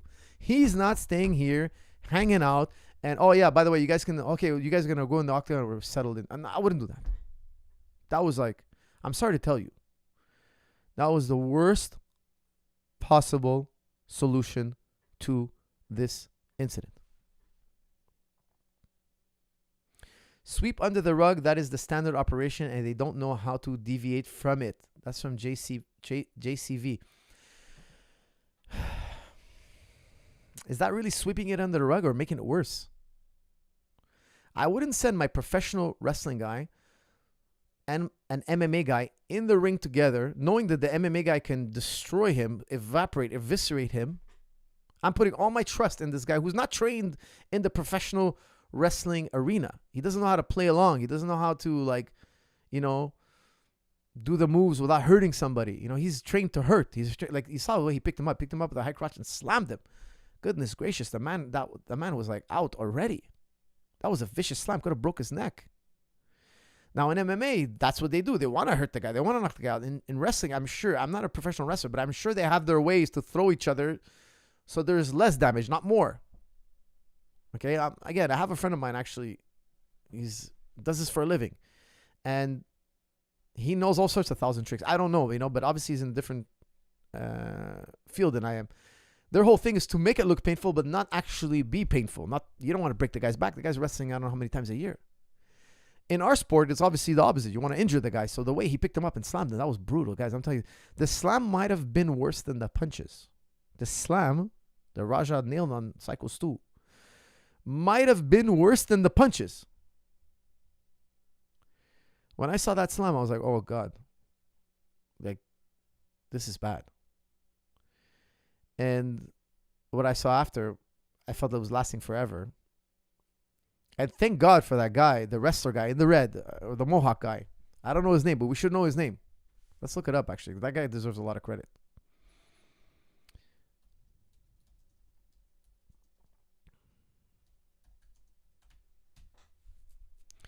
Wrestler who stopped Rampage Jackson attacking Stu reveals. Hold on, what's this guy's name? The wrestler who stopped Jackson's son from escalating his shocking attack on Psycho Stu has explained. Okay, what's his name, this man? Stuart Smith, that's Psycho Smith's name. Severe facial injuries. What's this guy's name?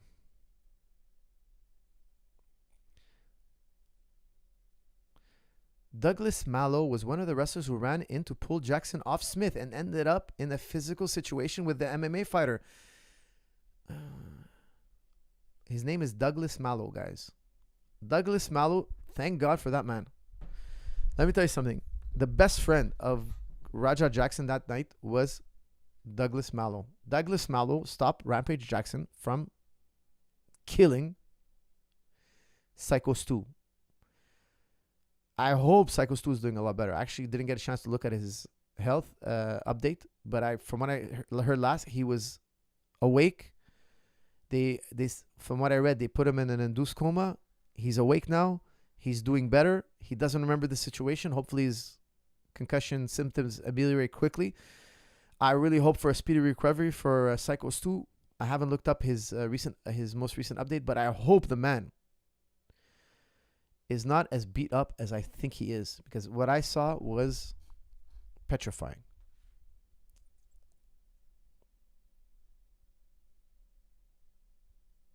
A slap versus first degree attempted murder. That's from their shoots. I totally agree. Rampage is Raja Jackson is out of his mind. He was totally wrong. It was not proportionate. He was completely 100% wrong. He's an idiot. He's dumb. He deserves a hard time. This I'm with you.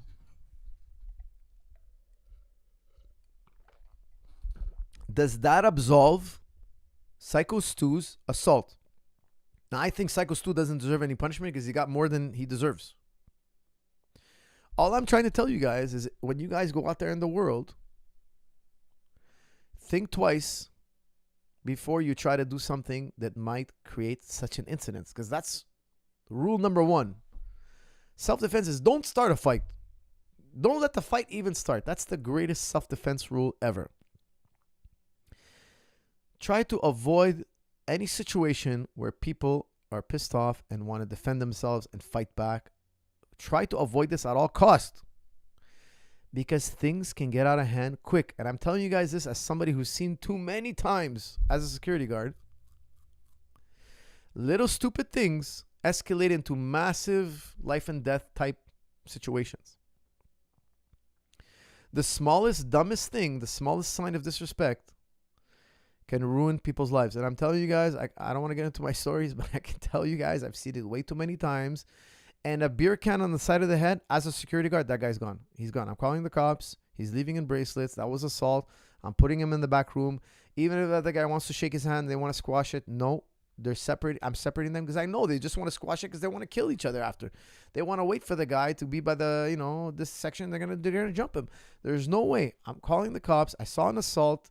I'm making a report. The guy's going in the back room. We're holding in the back room. The cops are coming. We're giving them the videotape. And that's it. They can handle it. He can leave. There's no two ways about it. That guy has to leave. I'm not going to reconcile the two after an assault and then let them be. No. I think that's a really bad idea. They have to leave the establishment, and they have to leave with the cops, and I have to file a report, and I have to give the cops the footage. There's no way you put those two together, center stage in front of people. They're going to kill each other.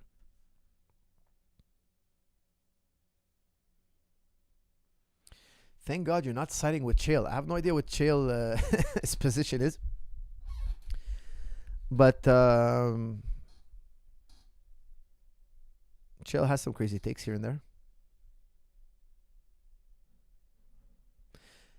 Coach, any update on Raja? Several days and it didn't happen. This took place in California. California, Anakin.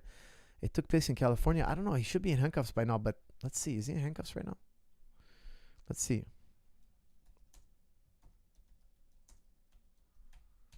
Let's see. Raja Jackson arrest.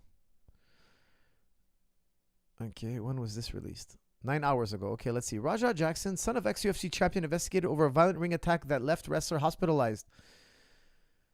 Raja Jackson, the son of former UFC heavyweight champion Quinton Jackson, is under investigation after violent outburst at a professional wrestling event in Los Angeles that left one performer hospitalized.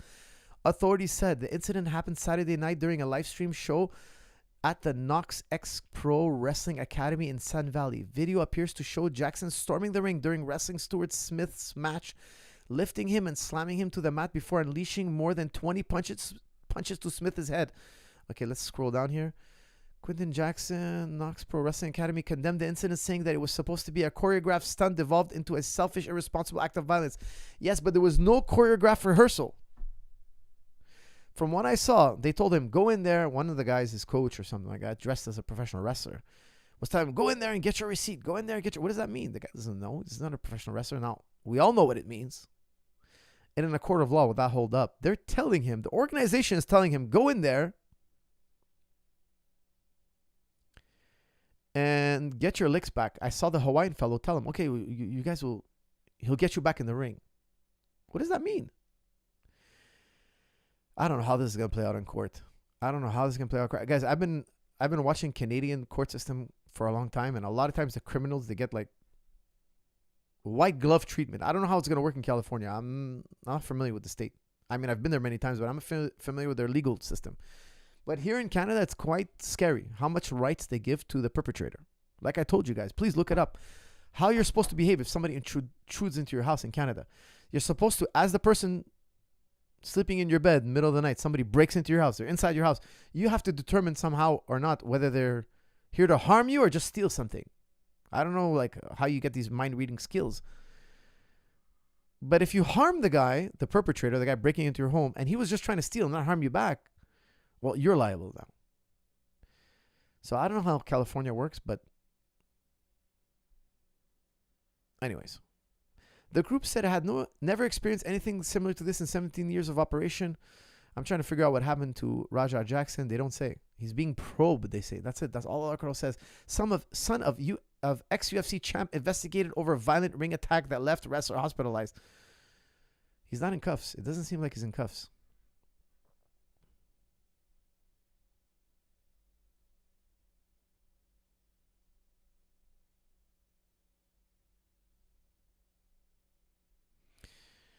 Guys, it doesn't seem like he's in cuffs, which is crazy.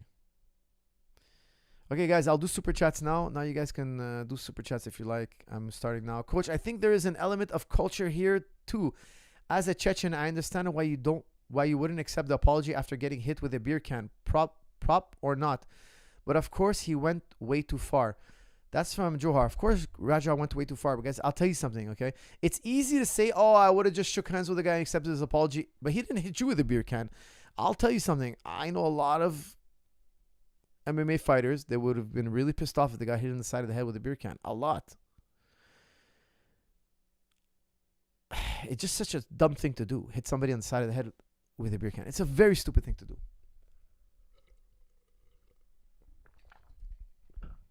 Just because the man's the victim doesn't mean he didn't also assault Raja Jackson. He did. He did. He assaulted him.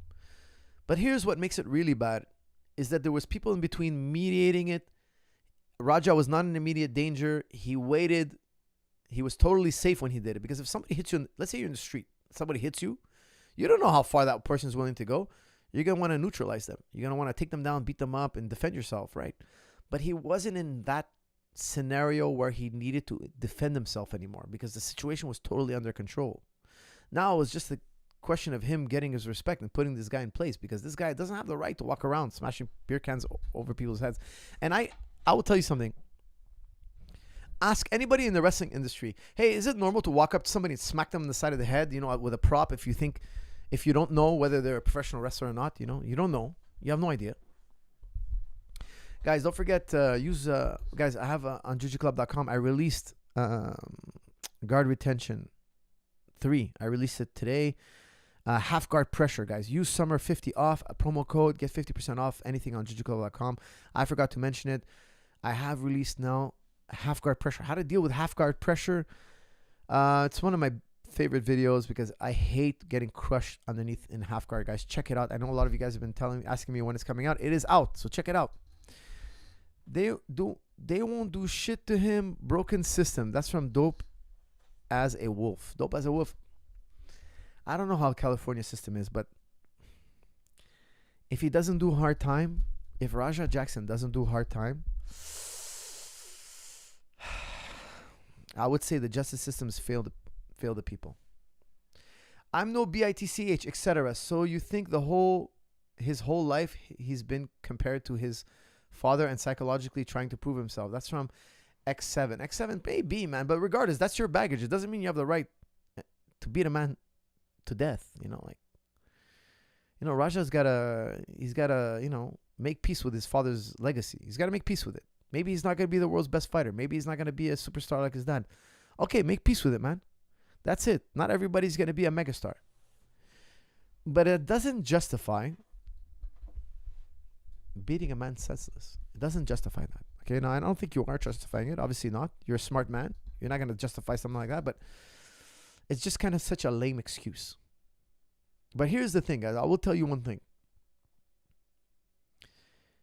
Online bullying is torture. Online bullying is torture. People do it. And here in Quebec, like I said, guys, we have a major problem in Quebec. There's a lot of teen suicides. A lot. Because these kids are constantly being pestered online. It's like better just to not live online. Just take all your social media off if it's torturing you and just like live a normal life. And maybe go on social media when you're older and like this wave of bullying passes. Or learn how to deal with it. You have to kind of like, if you have a child that's being bullied online, you got to kind of like give them the tools on how to deal with it. But don't let your kid be bullied online with no tools. It seems like Raja Jackson didn't have the 2 brain cells he needs to kind of figure out this issue. He's being bullied online. His dad's a superstar. Even his dad got in a bit on it.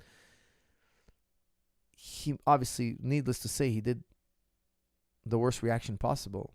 But even just shutting off the stream would have been wiser. Just shut off the stream. It's just such a sad story, because I think this federation is going to get sued.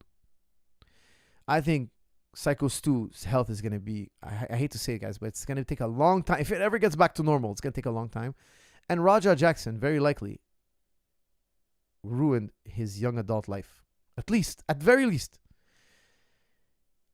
He's going to probably spend his young adult life in jail. If the system is fair, he's going to do hard time. In my opinion, if he doesn't do hard time, the system is not fair. But here's the thing.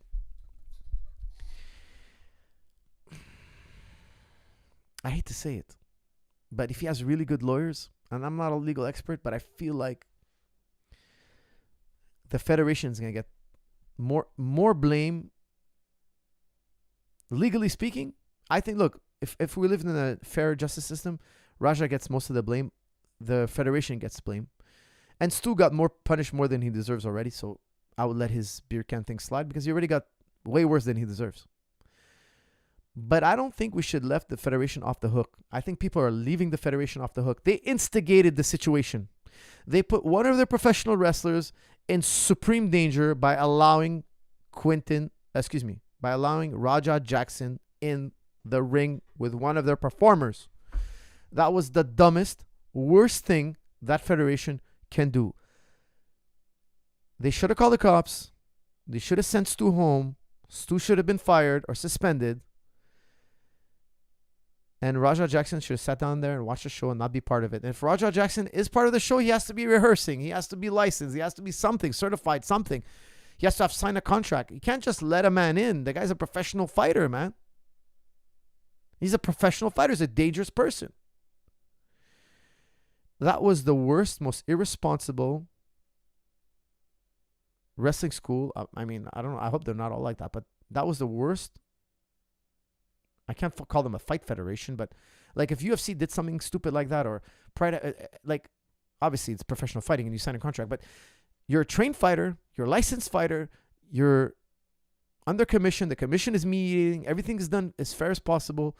You're not just telling two guys, hey, get in there and deal. Like, it's just insane, man. It was a recipe for disaster. The federation set up Stu in a situation that put his life at risk. Raja's to blame, but so is the federation. The federation should have never mediated a situation where one of their performers' health is in the hands of a man who's a professional fighter. He has no compassion for life. Their shits, I totally agree.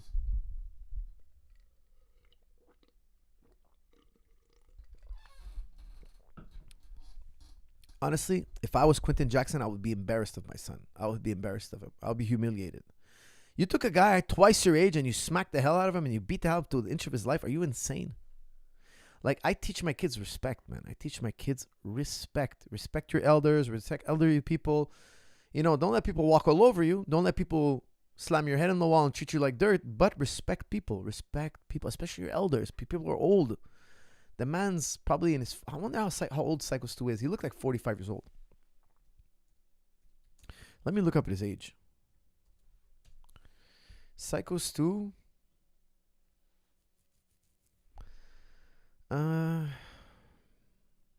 let's see how old he is. Guys, if you know how old he is, please put it up. I'm looking for it right now.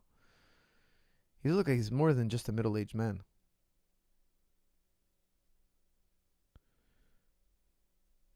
Doesn't say his age. Psycho Stu. What? What? He's born in 1986. He's not even 40. He's 39 years old. Oh my God, I thought he was older than me. Guys, I'm 45 years old. Psycho Stu, I thought at least he was 45. At least. I thought he was in bad shape, 45-year-old. He's 39. He's much younger than I thought. I thought he was like past 45. I thought he'd probably be 46, 47. Like, it doesn't belong in there. Oh my God. I thought he was way older. Okay, so maybe it's because the long beard. You know, I didn't get he has a really long beard, but okay, he's much younger than I thought. He's born in 86. He's not even 40 years old yet. He's 39.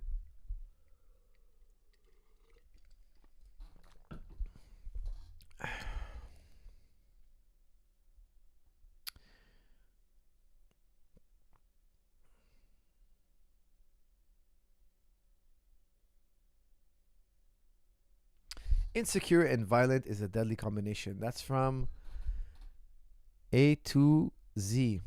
A to Z, I totally agree with you. And the promoters put him in there. Think about it. He's a young, killing, mixed martial artist killer. And you're telling him, yeah, go in there. Yeah, we'll tap you. Go in there. Do your thing. No rehearsal. No script. No, like, from what I understand, I hope, man, I can't imagine they had them rehearse anything. I can't imagine. But that would really change the story. If they were in the back room with Stu and Raja said, okay, I'm only going to do this and I'm going to do that, and then he went off script and did something insane, then I would say the promotion is not liable. But if the promotion bypassed all the... I don't know if you have... Do you need any accreditation to be a professional wrestler? That's a question I have. Because I'll tell you something. In MMA, you have to be accredited. Now, for jiu-jitsu, you don't have to be accredited. You can walk off the street and sign up for a jiu-jitsu tournament and you can roll. You can get in there and compete. But I don't know if it's like that in professional wrestling. Like, I don't know do you need to have some kind of like credential? Like, you went to school, you did this many hours, and I don't know. But I assume there's some training involved that's necessary.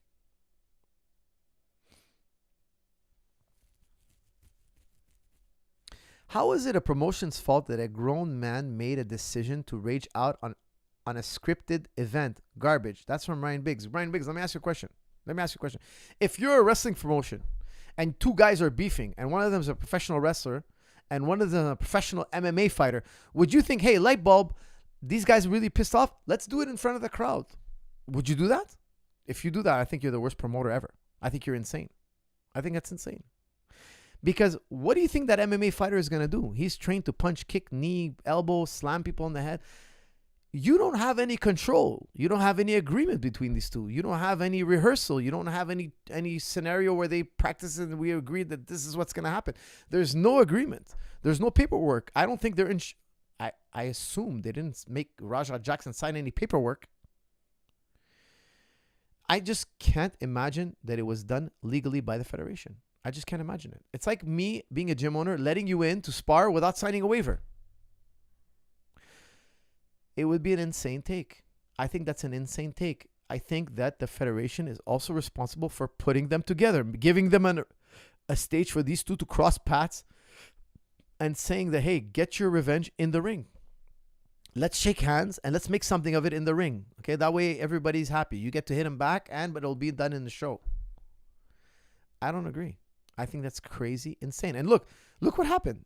It's a recipe for disaster. I don't think, first of all, I saw a headline, WWE cuts ties, because that wrestling school was affiliated with WWE. My good friend who runs the school told me, he confirmed it. He's like, yeah, they're together. They run a school for WWE. And WWE now has cut ties with them completely, because they're like, hey, these guys are cowboys. They got to be breaking rules. What are rules for? To keep everybody safe. This is an insane idea. Let's put these two guys. Let's tell Raja Jackson, yeah, you get your revenge in the ring. You don't know what he's going to do. He could have honestly picked up Psycho Stu, double-legged him, and broke his back. You don't know. The guy's not a trained stuntman. He's not a stuntman to throw you on the ground and make it look good so that the fans kind of believe it, but the guy doesn't get hurt. He doesn't have those nuances. These guys, these professional wrestlers, they're trained to make things look worse than they are, right? So their whole thing is make it look as bad, as dangerous as possible without it actually hurting anybody. That would be the most spectacular show, right? Sometimes they do things and you're like, how the hell did he do that? Now, of course, a lot of it hurts. But you think, a guy gets thrown off a cage and he gets hit in the head with a chair. You're like, oh my God, that guy must be concussed. They're making you think that the guy's really hurt, but hopefully the guy's not, right? That's the idea. That's how you're going to get the craziest show. You make people think, hey, that guy was lit on fire. I remember one time we were watching a fire match and the guy got lit on fire, but the guy's skin is not really burned, right? You don't want the athletes to get injured. Raja Jackson was a loose cannon, and who set up the arena? Who set up the event? The promoters. The promoters also are guilty. Raja isn't a threat to society. He made a mistake. He just can't ever repeat this offense. Rampage covers his medical bills and life moves on. That's from Ghost. Ghost, I completely disagree. Completely. It's not that easy. Psycho Stu may never be the same again. And let me tell you something. If you don't punish Raja Jackson, how many more Rampage style crazy incidents are going to happen because you didn't enforce the law? Think about it. Oh, Raja did it. That's the new president. Okay, you could lose your mind. You go and you beat a man within an inch of his life. And when people try to save that guy, take you off, you start fighting them. You're completely unhinged. Oh, but you're only allowed one of those, right? Is that it? Okay, so I can go today and I can go run my car into somebody, grab the guy who's in his car and start beating him up and bloody him up. And then when somebody tries to save him, I start hitting that person too. And I go completely insane. And then I could be like, oh, well, okay, I get one of those, right? I just won't do it again. No. It doesn't work like that. Doesn't work like that. Raja Jackson already knows he lives in a society where slamming a man down on his head and getting on top of him and beating him to within an inch of his life is illegal. He already knows that. He's 25 years old. He's a big boy. He was not under any threat. He was under no immediate threat. He deserves hard time. At the end of the day, he made the decision to get in the ring. He made the decision to slam that guy's head into the mat. Now, I blame everybody. I blame Psycho Stu for hitting him with the head with a beer can. I blame the federation for putting them together, not sending Psycho Stu home, not suspending Psycho Stu. not firing Psycho Stu. At least suspend him. They all to blame. However, Psycho Stu, he paid more than he deserves. So I wouldn't punish him legally, personally. But I would punish, obviously, Raja Jackson and the Federation. I would dismantle their school. I would send their promoters. Whoever said, hey, you can get in the ring and go attack that professional fighter, I think they're liable as well. Legally speaking, Stu assaulted him first. That's from Gone. Yeah, I totally agree. Stu assaulted him. But here's the thing, okay? I started off this podcast with two scenarios. One, where the context is you're being attacked, somebody hits you on the side of the head, and you defend yourself. Okay. Scenario B, you're being attacked, but then people break up the fight. The guy apologizes. We shake hands. There's no immediate danger. Raja Jackson is in scenario 2. There was no immediate danger. He went full nuclear option. With no, if I saw a video of Raja Jackson walking down the street, some guy walks up to him, smacks him on the side of the head with a beer can, and there's nobody to mediate, stop the fight, and Raja double legs him, gets on top of him, and hits him, I would say, look, he's defending himself. I still think he went too far. Once the guy's immobilized, it's enough. But I wouldn't have been as furious as I am now. Scenario B is there's no immediate danger. There's people between me and the assailant. People are explaining the context. The guy's apologizing. There was an error. Okay, I agree. Scenario 2, you can't beat the guy. You can't jump on him and bust him up. You can't. Raja was still thinking like he wasn't defending himself anymore. He was getting revenge. And the revenge he took was insane. It was just insane. It's indefensible. Coach, my super chat. Okay, guys, I'm ready for the super chats now. Who wins? Kamzat at 205 or Jones at 205? Any era. That's from Lord Piggy. Lord Piggy, I would say John Jones. John Jones wins that one. He's too big for Kamzat. Bosbarian, I was rewatching your Khalil Pereira pod and I would like you to reiterate why the use of the word ought. What? Bosbarian, I was rewatching your Khalil Pereira pod and I would like you to reiterate why the use of the word ought is emotional, insinuates God. I don't know, Bosbarian, you don't make any sense to me. I'm sorry, I wish I could. Oh, I hear what you're saying. Okay, I was talking about ought to is to ought. Okay. Okay, that's a good question. Okay, guys, Bosbarian's taking us on a ethical question. Okay, so look, guys, there's a famous atheist. His name was David Hume. Okay.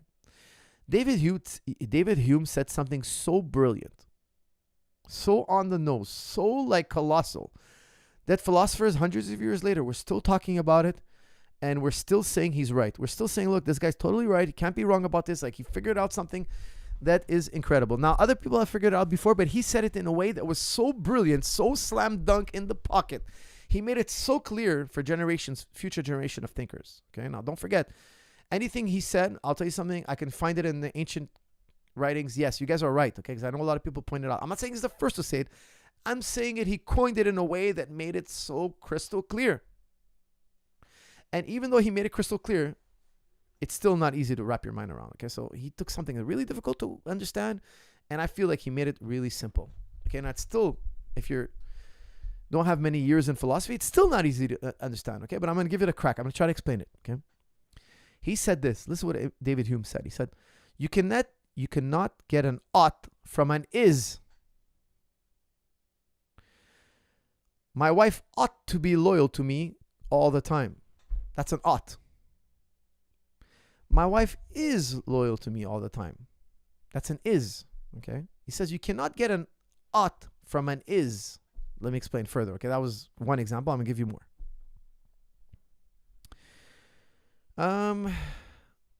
That person is stealing. He is stealing. He's stealing. That person ought not to steal. He ought not to steal. David Hume is saying you can't say that. You can't say he ought not to steal. What do you mean, Hume? Of course you shouldn't steal. Don't lie, don't cheat, don't steal, don't murder, don't kill. We have laws in our society. What are you talking about, David? Mr. Hume. Of course oughts exist. You shouldn't lie. You ought not lie. You ought not steal. You ought not kill. You ought not murder. You ought not R word. You shouldn't do these things. He's saying, no, no, no, no, no, no, no, no, no. Hold on a second. That insinuates morality. Yeah, we believe in morality, sir. We all think there's right things and there's wrong things. Well, David Hume is saying, look, that's all social construct. It doesn't really exist. Why? If it's not scientific, and I'm going to use modern day jargon, okay? He didn't put it this way exactly, okay? He put it in more complex terms. I'm going to give you the more plain English. He's saying, look, if it's not science and it's not math, cast it to the flames. This is what Mr. Hume says. He says, look, if it's not science, what you guys know today as science, okay? And it's not mathematics, garbage. It's all BS. Throw it by the wayside. Well, here, Mr. Hume, we say you ought not murder, you ought not steal. That's all made up stuff. Really, in Darwin's law, in Darwin, there's no don't lie, don't cheat. Look at the animal kingdom. Do you think they say don't steal? One lion steals the kill of another lion. There's no ought not steal. He took it or he didn't take it. He was strong enough to take it or he was not strong enough to take it. That's the real law of the world. All these laws you guys made up, all artificial. It's all fantasy. It's all theater. Because if it's true, listen carefully now, this is a nuance. If it's true that you shouldn't grape somebody or you shouldn't murder somebody, if it's true, if that's a real fact, then that can only come by way of a God. Only a God can make that true. Only God can make that true. Why? Because he's saying, look, he doesn't believe in God. He doesn't believe. So therefore, there's no morality. Go out in the jungle. Do you think the lion is like, I shouldn't murder this zebra. I'm not even hungry. But I'm just going to kill him for fun. But I shouldn't do that. No, he doesn't have this sensibility. He's saying, look, in science and in math, there's no such thing as you ought to do something. That doesn't exist. In the law of the jungle, everything that's illegal for human beings is legal in the jungle. He's saying, look, we're in the jungle, but we made up all these fantasies. And we made up these fantasies because we believe in something called morality. And he says, look, morality cannot be proven scientifically or mathematically. You can take my word for it. Believe me, I tell you, that's 100% hard clad. No matter what Sam Harris tells you, okay? He was never able to prove morality scientifically. It was absurd. He tried to, he corralled all the philosophers together. And he's like, guys, I can prove to you morality scientifically. And he fell face first on the floor, humiliating himself. Even Sean Carroll has a debate with him and tells him, look, your whole thing about morality, it's not scientific. The only way morality is true is if God exists. So Hume is saying, look, if it's true that you shouldn't murder an ought, then you're saying God exists. Don't say that because you're telling the theologians you agree with them. Inadvertently, you're saying that. You're saying it not knowing. So if you're a hardcore atheist and you say, I think it's immoral to grape somebody. Well, you just ipso facto, by way of implication, you just implied that you believe in God. That's why I always tell people, I don't believe there's such thing as an atheist, because I've never met a human being that told me he doesn't believe in morality. I've met a few people that kind of flirt with the line, but never, anyways, I have more reasons why, but most people will always say, yes, I do agree, I have a moral compass within me that tells me it's wrong to kill a person, okay? Now, if you admit to this moral compass, that's beyond science and mathematics. Now, I know it might seem a little bit strange, everything I'm telling you, but I'll tell you something. There is a consensus on this in philosophy. I'm telling you, it's if we sat here and we talked about it long enough, I think you would also come to the agreement. Because I'm giving it to you in a nutshell and kind of like in a shortcut. But I'll tell you something. You cannot get to morality without God. A really good book that kind of highlights this in a soft way is the book Euthyphro by Plato. Plato wrote a book, wonderful book called Euthyphro, and it's a soft landing into philosophy, and it actually tackles this exact topic. Okay, so Hume was trying to tell everybody, don't say something ought to be some way. It is a certain way, and that's it. That's science, that's math. If you go into oughts, now you're talking morality, you're in religion, you're in theism, you're believing in God. He's saying because he didn't believe in God, right? So he's saying there's no God, there's no morality. It's all social construct. But then he has to admit, you'd have to ask him, hey, so graping and murder is okay? He's going to be like, look, truth is, if you're strong enough to get away with it, there's nothing wrong with it. That's what you have to tell you. He would say, I don't think it's right. I wouldn't do it because I'm accustomed to these social norms. But there's no hell for you to pay after. You're not going to go to hell. It's not a sin. There's no sin. It's just that, hey, don't do it because people want revenge and they'll put you in a jail. That's why you shouldn't do it. But if you could do it and get away with it, Hume would tell you there's no cosmic law. Now, I personally wouldn't do it if I can get away with it. I wouldn't lie, cheat, or steal, even if I could get away with it. But I live by a moral code. David Hume would tell you, look, moral code, that's more like fantasy. It's just like stories people told you and they got you to behave a certain way. There is no moral code. It's not science, nor is it mathematics. It's just stories. So it's a sad, because that's the thing. When we talk to atheists, we tell them, look, you're essentially saying raping and stealing and murder and lying is okay if you're strong enough to do it. And nobody could put you in jail. Nobody can give you a consequence because there's no afterlife to pay a price. There's no karmic debt. Like if you're a Buddhist and you're agnostic to God. They believe no, there's a karmic debt. If you lie, cheat, and steal, there's a karmic debt. There's something there's a negative coming your way. In atheism, there is no negative. There's no karmic debt. There's no sin. There's no afterlife where you go to hell or paradise, etc. So you understand why he's saying all we can say is what is. We should never say what ought to be. He coined it brilliantly. It's actually a very profound topic. I hope I did it justice for you. Coach, any advice for recovery / nutrition between sessions? I'm 31 and train twice a week, 4 sessions, 2 days. I'm 1 hour boxing or Muay Thai, then 1 hour Jiu-Jitsu right after. Thanks. God bless you, Coach. That's from Josh Lamb. Josh, I will tell you something. Look, the number one secret to recovery is don't overtrain. So like train 75% of your capability and allow it to grow over time. Okay. Second is nutrition. I will tell you something. Try to get 100 grams of protein a day. So number one, don't overdo it in the first place. Number two is nutrition, sleep, hydration. Okay, so nutrition, sleep, hydration. I recommend 8 hours of sleep minimum if you're training that hard. You're training quite hard. And I will tell you, hydration, that's why I drink in these big giant cups. Okay, hydration and nutrition. Make sure you get a lot of chicken breast in your low-fat, high-protein source. Get 100 grams of protein a day. I think it'll make a massive difference. More Ethereum or more BTC? That's from Rory689. Roy Ray. Rory Ray689. Rory Ray, what a great question. I'll tell you guys something. I went big into Ethereum. I went big into BTC. And I couldn't be happier because they're both doing incredible. But I'll tell you something. About 6 months ago, a year ago, I was feeling shaky with Ethereum. And I'm telling you something. I've said it so many times. Guys, when I buy something, I never let it go. I never sell it. I never plan on selling it. I plan on borrowing against it one day, but never sell my crypto. And I really recommend, I'm not a financial advisor, but I'll tell you guys something. Buy crypto, hold on to it at least 4 years. Don't touch it. If you sell your crypto before 4 years, I don't think you really understand what's going on. You don't understand the cycle. But I had a doubt about Ethereum. I was like, man, should I just cut my losses on Ethereum? And should I just like pay the taxes and just like take my Ethereum now and just turn it something else? Because I was hearing so many dead ends about Ethereum. And I was like, you know what? Let me just stay with my number one rule. Never trade, never sell. Never trade, never sell. Just hold it. And I got to tell you something. I'm so happy I did. Because if I had sold my Ethereum and I saw what's going on now, the forecast is going on now for Ethereum, I would have been so frustrated with myself.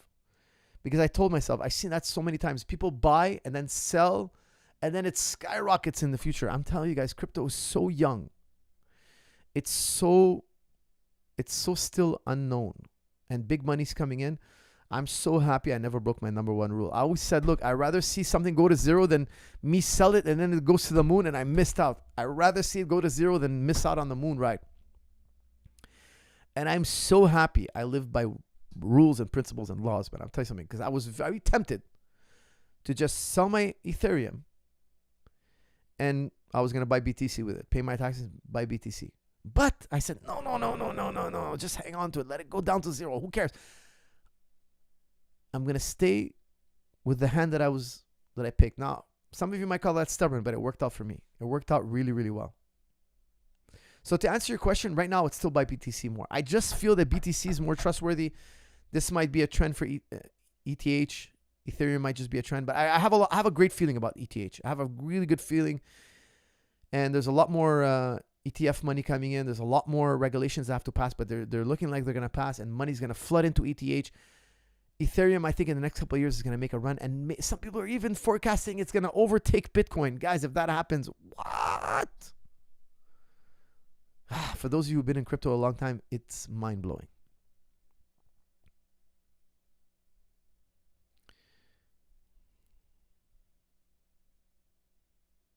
Would Raja defending instantly had help? Blessings. That's from Jeffrey. All I'm saying is the context in scenario A would have been not as bad. Imagine somebody walks up to you in the street, hits you on the side of the head, and you start defending yourself immediately because you think there's an immediate threat. What I'm saying is Raja Jackson's situation is way worse than self-defense because there was no immediate danger. They had separated them. I don't think the Federation did a good job. Okay, I don't want to say they did a good job, but at least they separated them. Their idea of getting them to do it in the ring was the worst idea ever. They should have called the cops. They should have kicked out Stu for doing a move. Guys, I'll tell you something. It's not true that in the back room, professional wrestlers are smacking each other around. It's not true. Why would they do that? Why would they do that? Just because some guy's pointing a camera, they don't know what that camera is. First of all, it's a very small show. It's a very small show. Like, we're talking about attendance of less than 100 people here. These guys are not making big bucks here. They're doing this for fun. It's a hobby. Okay? He hit Raja Jackson on the side of the head, and because there was people to separate them too, Raja Jackson there was no need to go nuclear. He went nuclear. Now, I'll tell you something. That makes it worse for Raja because he was in no immediate danger. Why are we comparing a sober-minded Raja Jackson to a drunk psycho Stu? Raja literally almost killed him. I'm so glad I don't have brain damage. That's from Vice Versa. Vice, it doesn't matter. Just because if Psycho Stu was drunk, which I don't know he was, I think he kind of picked up a random beer can. I don't know. Maybe it was his beer. Who knows? It still doesn't give him the right to hit somebody in the side of the head. It doesn't give you the right. Just because Psycho Stu is a victim doesn't mean he's not wrong. You show a lawyer the footage of Psycho Stu hitting Raja Jackson in the side of the head. I'm 99. I have students in law. I'm going to ask them. I'm going to show them the video. I'm going to ask them. I'm guaranteeing you they're going to say that's assault. I'm guaranteeing it. Even without being a lawyer myself, I tell you that's assault. Now, I don't want to go in a circle, guys, okay? But doesn't excuse what Raja did. But Psycho Stu put himself in danger, and that's something I always talk about. People overlook it.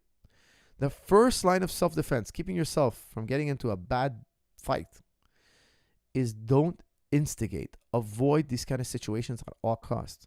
Psycho Stu put himself in a situation, a very, very dangerous situation, because he was trying to entertain others. Very bad idea. Coach, I know you are a good person. You teach your kids with great power comes great responsibility. That's from Dershultz.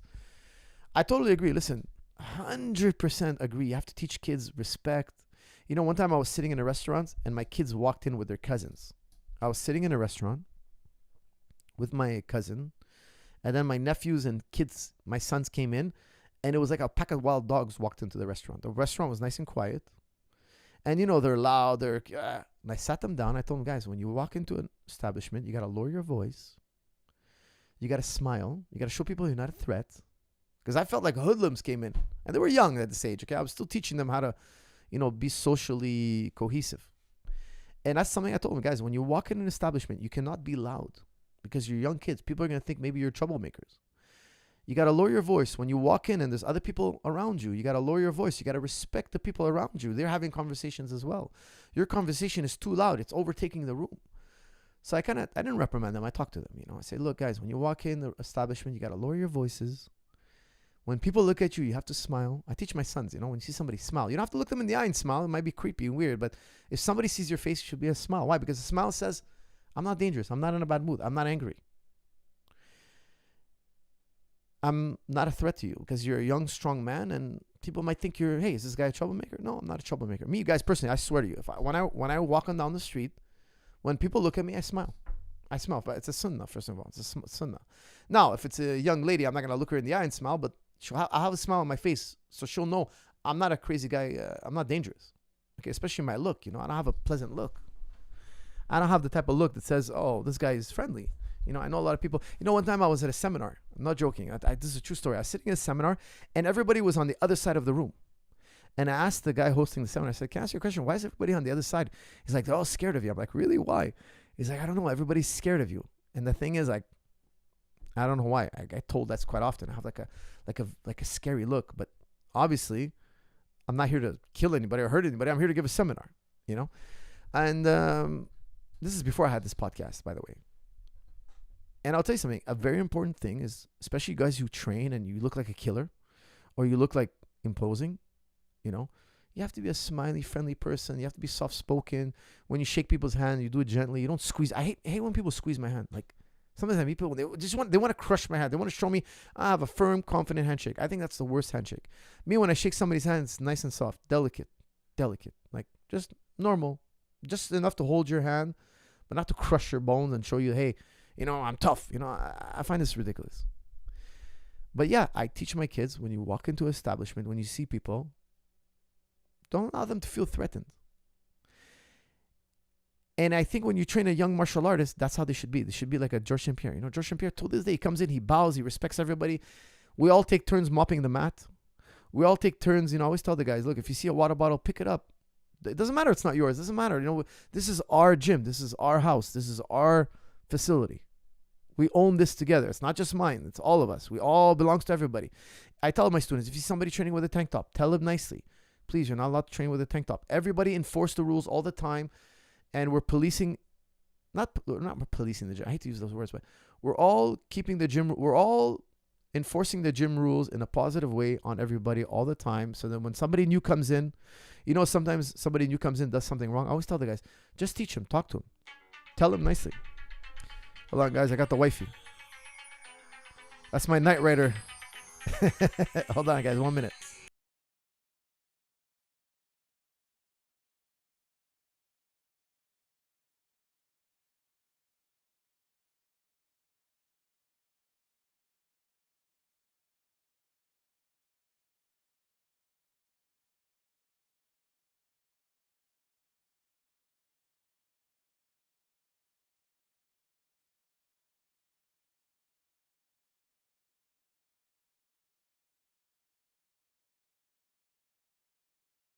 All right, guys. Just picking up that call in case it was an emergency. It was no emergency. Just a wife. What else we got? Coach is just ignoring the real chats because he's being paid off. That's from vice versa. Oh, I always do super chats and non-super chats, my friend. I always do the super chats because people paid hard-earned money. He's 39 years old.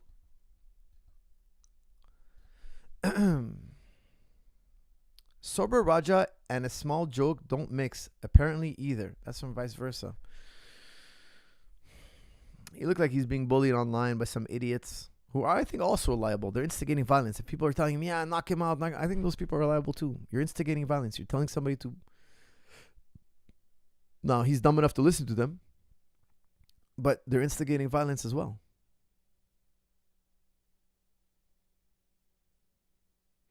How unprofessional is it to smash a can over some dude's head without having an agreement? That's from Gone. I couldn't agree more. And my friend, who's a professional wrestling trainer, okay, like he trains like big names, okay, like he knows. I trust his experience. He's been doing that. He lives off this his whole life. His whole life is professional wrestling. He's like, no, people don't do that in the back. Just hit each other. They don't do that. That's just stupid. That guy just did something stupid. He just went overboard. And he was trying to be, attention, was trying to get his attention. It was a dumb move. But, oh man, I can't say enough. Raja did something even dumber. All right, guys, let's open it up to ask me anything and do anything else because Stu has gained, continues, and can talk now. Okay, so I think you're trying to say Stu has come back to, he's conscious again and can talk. That's good to hear, man. I think he has a long road to recovery, but I'm happy to hear he's doing better. I really hope he can come back to his full wits. Because I'm telling you guys, sometimes you get a beating like that, you're never the same again. I'm telling you. I don't think he's going to be doing anything like remotely, like even dribbling a basketball in the future, it might be hard for him. I'm telling you, this is like a very serious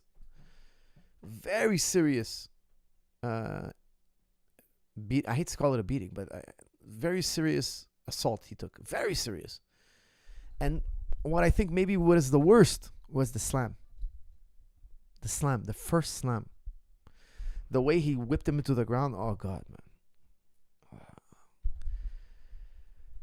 He might have trouble in the future, guys, and I'm not joking. I hate to say this. He might have trouble in the future staying up past 9 p.m. Like, it's just such a devastating type of knockout. Like, he got knocked out so bad. Like, it could take years just to be functional, like I'm sitting here in front of a screen. He won't be able to sit in front of a screen. Like these type of concussions, you can have serious irritation. Seeing sunlight can bother you. Driving can bother you.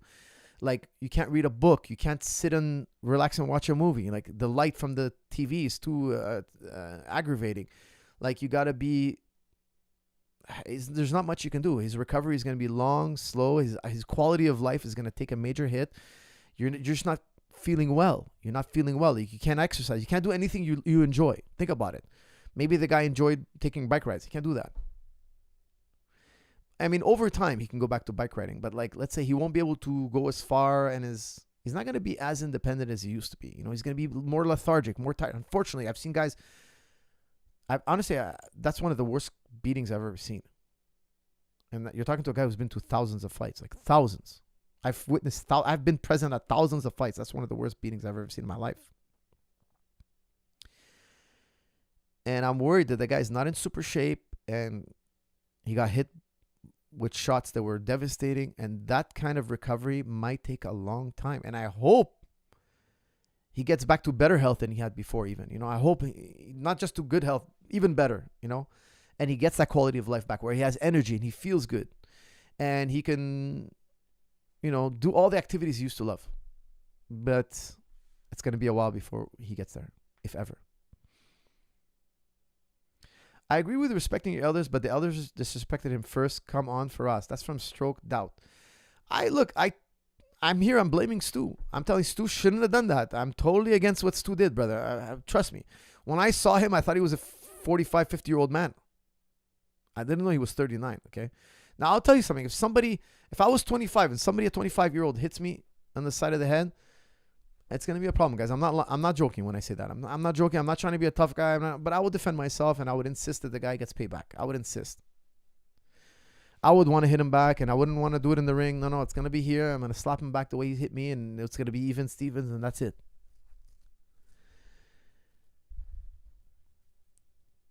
If the guy's twice my age, if I was 25 and a 50-year-old guy hit me, I would be pissed. I'll probably insult him. I tell him he's a jerk. I probably not hit him back. Maybe not. Like he's older than me. I was raised not to do that kind of stuff, so I probably wouldn't do it. I wouldn't hit an older person. I have more leniency. Why? Because I feel they're fragile. They're fragile and they should know better. You know, he's older. He should know better, but he's just one of the dumb ones. He got old and didn't get wise. You know, like it would aggravate me, but because I know believe me, guys, I love seeing youth treat their elders with respect. Why? It's beautiful. I find it beautiful. Like, for instance, there was a great video. Man, I love this video of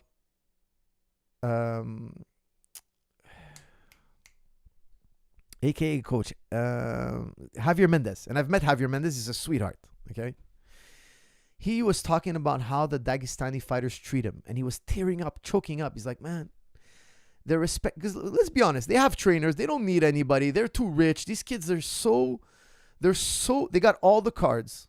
They could chuck Javier Mendez to the side of the road. They don't need him anymore. They could be brash and arrogant. They're not. They're super humble. They love him. They take him with them.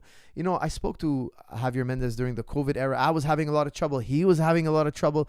He was telling me if it wasn't for these guys, man, he doesn't know what he would have done, because I was in a major pinch.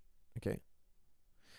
I don't want to rehash the whole thing, but I was like being blocked by every side. The government was making so many rules. We couldn't operate our gyms, okay? The gyms business was a horrible, it was a falling knife, okay? Nobody could survive the gym business at that time. We were all suffering. We couldn't get fights. We couldn't train. They were policing us. You guys know the whole deal. He was going through something similar, and he told me, I don't know what I would do without these guys. And I was training with them at that time during the COVID time. I was in Vegas training with them where they were allowed to train, okay? In Canada, we were not allowed to train. I left Canada to go to Vegas to do some training. And he was telling me if it wasn't for these guys, I don't know where I'd be right now with my gym and this and that and the whole COVID thing. And they had places they can train still, etc. UFC was making it possible. And then he gave up. I saw how they treat him. They treat him with like he's a father. Now, he gave a speech online, man. I'm telling you, he's choking up. He's like, the way they treat me, this respect they show me. And he knows he can't. He's a great guy. He's a great trainer. But they've got to the point where they don't need him. They still keep him on board. Why? They love the guy. Why? Because they don't forget where they came from. They respect the guy that was there with them, helped them get to where they are, and they have this remembrance that you used to take care of me, now I'm going to take care of you. That, in my opinion, is a beautiful person. That's a beautiful human being. I've seen young, I tell you, I swear to you, sometimes my students come to the gym with their parents, and I always tell the student, hey, make sure you listen to your father. If he tells you to do your homework, and I tell the parents, if he doesn't listen to you, if he gives you trouble at home, let me know. I'll have a talk with him. I'll make sure he's on the right path, because I've seen young kids do bad things, ruin their life, like Raja. I'm a big believer. You're training these kids to be killers. Make them good human beings first. Make them good people, respect, kindness. I just had an altercation recently with one of my students and one of my trainers. I sat them down. I talked to both of them. I told them, guys, we're going to fix this. We're going to make it right. And also, the student has to respect the black belt. He made the right decision. You made the wrong decision. And if you guys can't agree, come see me. I'll mediate between. It has to be fair. Okay, it's not always true the black belt is right. It's not always true. But the lower belts have to respect the black belts, and the black belts have to respect the lower belts. And there's a pecking hierarchy, and we give more leniency to the black belts. Why? They paid their dues. They paid their dues. I always tell my blue belts, I say, one day when you're a black belt and you get into a beef with a blue belt, I'm first going to allow you to do what you think is right. I'm going to allow you to play out your situation. Then I'm going to mediate. I'm going to tell you whether I agree with you or whether it was right or wrong. There is a pecking order, but it doesn't mean you have a carte blanche to do what you want. Okay. But why is there a pecking order? Because it's kind of like in the army, right? There's a guy above another guy, and that keeps order. Because if everybody's equal, you have a pack of dogs fighting all the time. Because they're all equals. I'm equal to you, you're equal to me, so my say is just as good as yours. So you say go right, I say go left. Now we're at odds. But if I outrank you and I say go right and you say go left, well, I outrank you, we're going right. So the whole group goes right. Everybody's okay, we're going right. There's no fighting. Then you could file a report with me. I tell the guys, look, if you have a beef with one of the instructors, bring it to me. And if he does something wrong, I'll tell him. I'll be fair, because it could be that the instructor's wrong. It can be. It does happen. Then I tell the instructor, hey, I bring him in and say, look, this wasn't right. I don't agree. The complaint you got, he's right. The student was right now. You got to make it right. So I mediate. But I always tell guys, when I'm not around and something happens, let the instructors have the final say. Do what they tell you. Don't go against them. Don't start a beef in the gym. Don't start rioting. Let it play out. Like, for instance, they're sharing mat space. And one guy, the instructor will be like, that guy gets the mat space and this guy goes here and then you're second. And that guy doesn't feel like he should be second. He should be on the first string of guys who get the mat. Well, bring it to me. I'll decide. Don't argue with him then and there. Don't get in his face and make it a struggle and we're going to fight and figure out who. No, it's not going to work like that. You do what he says. You come and you tell me I think this was unfair, and I'll figure it out for you if it's unfair.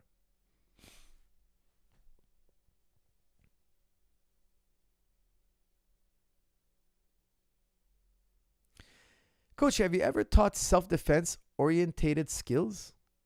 Curious to know if you ever seen anything that's effective empty hand against a blade.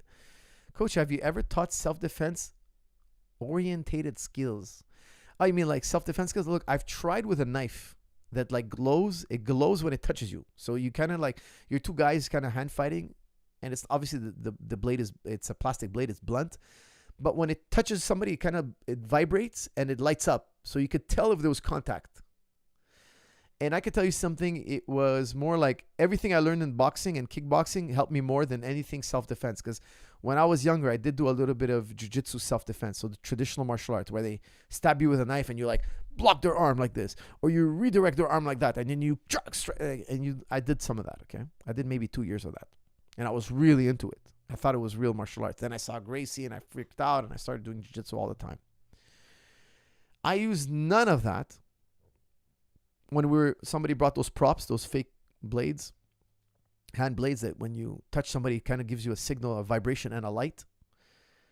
And we were playing around with it. And I'll tell you something, all I used was my boxing and Muay Thai skills, because I was also throwing kicks on the guy. I was like kicking him, started to slash him. And it was great because I got to kind of see what it's like to defend myself against a knife. And let me tell you something, it is crazy hard. It is crazy hard. I think one day I got to put it on camera. I got to do it on camera. I got to get one of those play blades, those self-defense blades, and see who can actually defend themselves in the octagon. Put those guys in the octagon and see what happens. Real talk. Thank you very much. You're a gentleman and a scholar. Thank you for that donation, sir.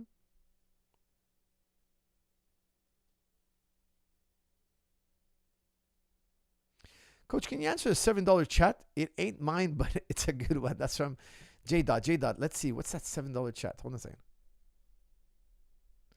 What are your thoughts on Air Power Gang in Montreal? That's from 514 Crip. Bro, I don't know anything about Air Power Gang in Montreal. My apologies. I don't know who they are, and you're kind of scaring me, 514 Crip. You're kind of scary. That's a kind of scary question. I have no affiliation with them whatsoever. Hey, Coach, I have plantar fasciitis for 3 years, and it's worsening. You mentioned overcoming yours. You share strategies that help. Thanks. That's from Sam Noir. Sam Noir. I was sparring once with UFC fighter Nordin Taleb, and after our sparring, I felt a sharp pain underneath my foot. I didn't know what happened. We had an intense sparring, and my foot, I was walking off the mat, and my foot in pain. And I was like, what on earth happened to my lower foot? And for 2 years, I was in crazy pain. And none of the physio guys can fix it. I had plantar fasciitis.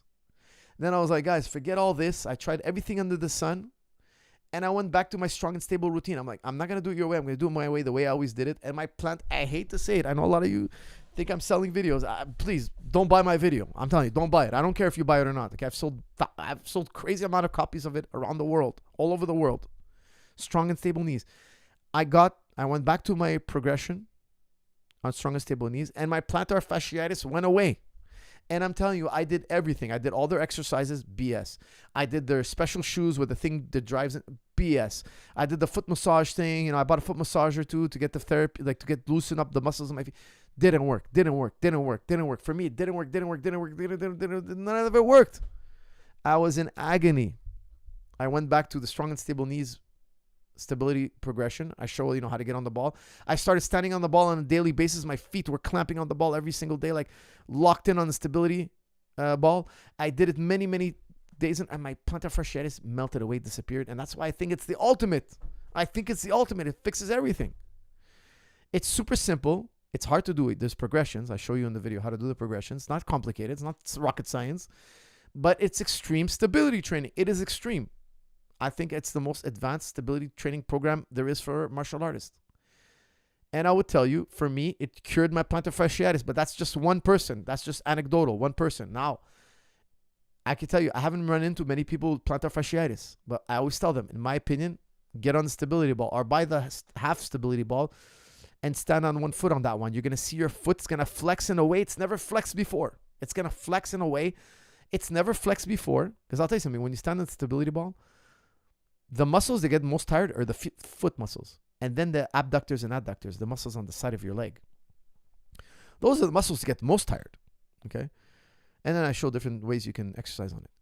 But those muscles get a crazy contraction. And for me, that fixed my plantar fasciitis. I'm 100% sure I have a torn tendons in my foot till this day. I'm 100% sure something's in there is torn. But the muscles overcompensate and they pick up the slack of that tendon. I've never had surgery. I never had any progress whatsoever with their exercises. Their exercises never helped me even in the least. My plantar fasciitis, like you, was ongoing, chronic, and getting worse. I can't tell you enough. The stability ball saved me.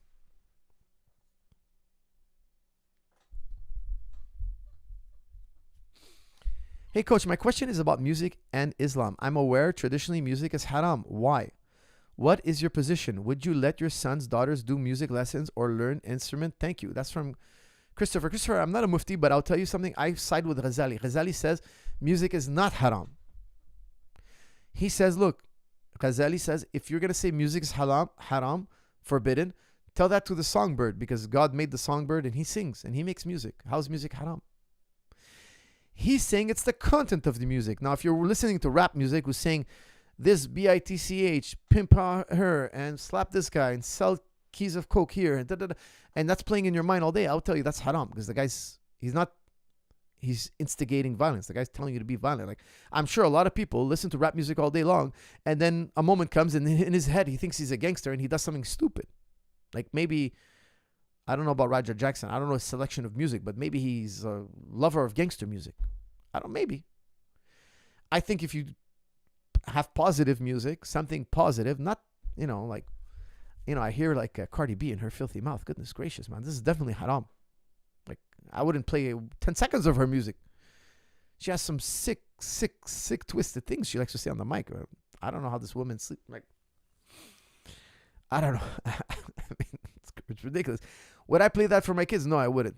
Would I want my kids to listen to that? No, I would tell them not to listen to that, or at least listen to it in private. Like, I don't want to hear it, because I do believe, like, they're going to do it, and you can't put them in a sanitary bubble, right? They have to be able to kind of choose, Now, I think it's haram music. There's haram music and there's halal music. If the music is positive and good and it's not a detriment to society, it's not haram. But that's siding with Ghazali. Some have, other stricter interpretations, and they rely on certain hadiths that Ghazali found problematic. That's just my take, okay? So I follow the Ghazalian method. Not most Muslims don't, okay? I'm just letting you know, okay? They don't. But I really agree with Ghazali on this one, personally. Fake Can did not see any blood or damage on Raja's head. That's from Luke. Luke, doesn't matter. He still hit him on the side of the head. You don't know how it felt. You don't know. Just because you get hit in the side of the head doesn't mean you're going to bleed. Look, I've seen many guys get knocked out. There was no blood. You can't say by blood. It's not just blood. Okay? The man suffered a concussion before. He walked up to somebody and got hit without even knowing he's in a fight. I think you're making light too much, Mr. Luke. I think you're making way too much light. The guy was assaulted. Let's be fair. You're being impartial. Sorry. You're not being impartial. You're being unfair here. Raja was assaulted. The way he handled it was totally wrong, bad, stupid, ridiculous. I agree with you. But he was assaulted. Now, tonight, I'm going to show the footage to my students who are studying law, and I'm going to ask them. And I have a few students who are cops. I'm going to ask them. I'm going to say, hey, did you see the Raja cannon incident? And I'm telling you, before even checking with them, I'm guaranteeing you, they're going to be like, oh yeah, we'd have to cuff the guy, or we have to write a report, or, that's assault. Okay, so just because there was no visible damage and Raja didn't fall to the floor and he wasn't, you don't know, like, you're still not allowed to walk up to a guy. Hey, can I walk up to you and give you like a little slap? And I didn't damage you. There's no bruises. That's totally fine. You're not allowed to hit me back. No, it doesn't work like that, man. It doesn't work like that. You're setting a new precedent. So, okay, so it's okay. He's still, okay, so I'm going to walk around with beer cans and smash on people's head. And I didn't cut him. I didn't hurt him. I didn't bruise him. No, it's also wrong. Okay? We can say that the victim also did something wrong. Everybody learned from it. Don't do stuff like that, okay? Don't do what Raja did, that's for sure. But also don't do what Stu did. Don't go in people's personal space and hit them on the side of the head unless you have some kind of bit going that's agreed upon and there's paperwork and this guy's in on it. It wasn't the case. It's a fact that Raja was assaulted. It's a fact. You don't like it because you're sympathizing and you're in an emotional state. I get it. I'm not happy with Raja. I think it's ridiculous what he did. And if he doesn't do hard time, I think it's unfair. The justice system is unfair. However, it doesn't mean we can't learn and teach the youth. Don't do stunts like this. I know sometimes I see stuff on YouTube now. They're a dime a dozen. Somebody does something stupid and gets clipped, or gets crushed, gets smashed, gets kicked, gets kneed. It's crazy to me that people are this dumb. Don't instigate violence. It's just an epidemic, man. You made me a better Muslim person, fighter, and one day, inshallah, I will come and have the privilege to train with you. One of my biggest inspirations, Yasin. Jazakallah khair, Basbarian. You're a gentleman and scholar. I really appreciate that. Those are very, very kind words. I don't think I'm deserving of them, but thank you, sir. I highly, highly appreciate that.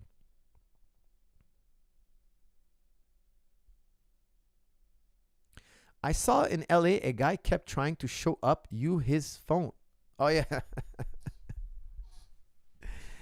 That's from 5-1 Crypt again. The scary 5-1 Crypt. Yeah, no, I was... Guys, listen to me. One time a guy was instigating a fight with me. And I literally crossed the street. I ran across the street. I didn't want to hit the guy. I didn't want to hit the guy, but the guy was drunk. And I don't like being around drunk people. That's my choice. He was getting in my personal space. This is a good example. It's a very good example. The guy was a little bit bigger than me, but I'm telling you guys, I know I could have floored him. Like, I could have put him in a coma. Because he was drunk. He was defenseless. He was like, he's like, I want to show you a picture on my phone. I'm like, no, I don't want to see a picture on your phone. I was trying to, I was actually like on a scooter. I was trying to turn on a scooter with an app so I can take the scooter and ride around, And I was having trouble with the app. And the guy kept telling me, no, hey, he's all drunk. He's like, I don't even know. because I was there for I think it was Bellator or UFC, I can't remember. We're in California, actually. We're in California. And this guy's like, I want to show you a picture on my phone. I told this story once. People thought I over-exaggerated, but I'm telling you, I don't want to hit this man. I don't want to hit this man. And it's not because I'm scared he's going to hit me back. I'm telling you, I would have put this guy to bed. He would have been asleep. I don't want this guy on the floor concussed. I don't want to hurt this man. And he wants to show me a picture on his phone. I'm like, I don't want to see your picture on the phone. I said, no, thank you. And he's insisting, but he has no right to insist to put the picture, like his phone. Don't come in my personal space. So I started walking away. I say, hey, man, I don't want any trouble with you. I started walking. He's following me. Now, this is a problem. In my opinion, if somebody walks away and you're following him, and I'm telling you, please stay away from me. The guy's still following me. Then there was like a road and there was some traffic and I ran through the traffic and he didn't want to follow me. He's like, hey, man, he's yelling. Get lost, man. I don't want you coming near me. It's my choice. I don't want you near me. And I'm telling you guys, I wouldn't have hit the guy, but I might have smacked his phone out of his hand and say, man, I told you 10 times, I don't want to see your phone. I don't come near me. Because I feel that this man, he needs to learn to respect people's space. And I'm one of those guys who could teach him that. Now, I don't recommend people do that. I'm more of a little bit crazy. You know, I'm going to tell the guy, hey, man, I'll smack his phone out of his hand. I'll push him off me. I say, don't get in my personal space. I'm walking away. You're walking towards me. That's unacceptable. That's unacceptable. That's not how people should behave. I'm walking away. You're walking towards me. I don't know. Maybe you're a crazy person. And maybe I just look at his phone and everything dissolves. Everything diffuses. But who is he to force me to have to engage with him? And I'm telling the guy to leave me alone. And he's insisting on coming into my personal space. I don't think that's right. I think that guy, he's being really dumb. You know, he's being really dumb because imagine he was doing that to somebody who cannot, somebody who's feeling very threatened, who cannot do anything about it. It just aggravates me because I feel people have a disrespect. And I always think to myself, what if it was like a young girl or some young man who can't defend himself, and this guy's going to go and kind of like, he's going to kind of like bully people, you know, it's kind of aggravating. Guys, don't forget to use Summer 50 off at jujiclub.com. I released Powerful Guard Pass Retention Volume 3, dealing with half guard pressure. I know a lot of guys have been asking about it. It is out now, so just letting you guys all know. Oh, man. I hate that website, World Star. I hate it. Oh, my God. It's like the worst human beings. Videos about the worst possible human behavior possible.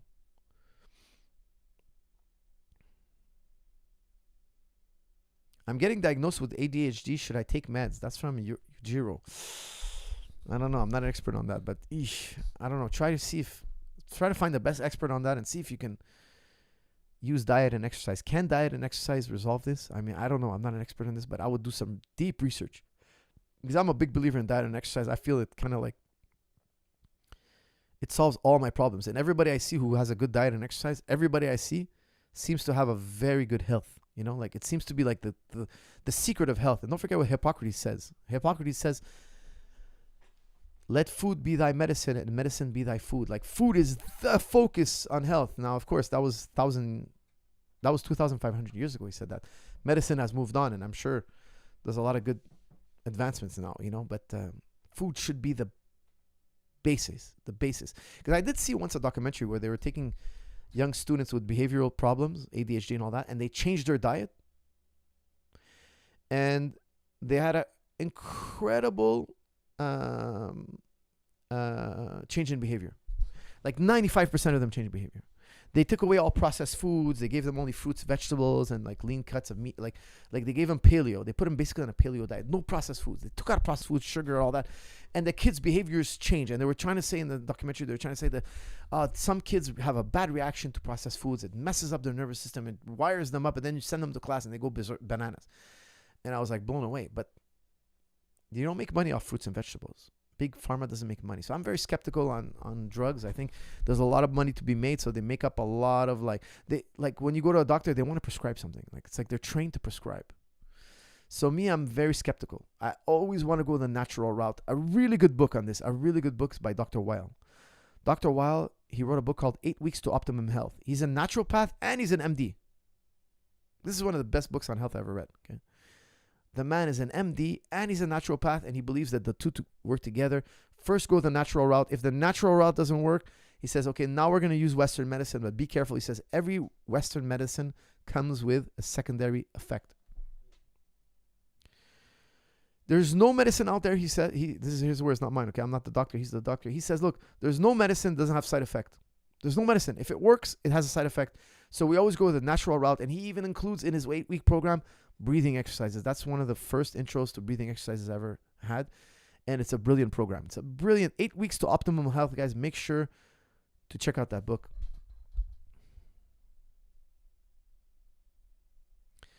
The Robbie, I did a whole podcast on that, man. Check it out, okay? But I'm not gonna go over that now. Alhamdulillah. All right, guys. I think I did all the super chats. I gotta let you guys go because I gotta head back to practice shortly. I want to end this on a fun one. Somebody give me something light, humorous, and fun.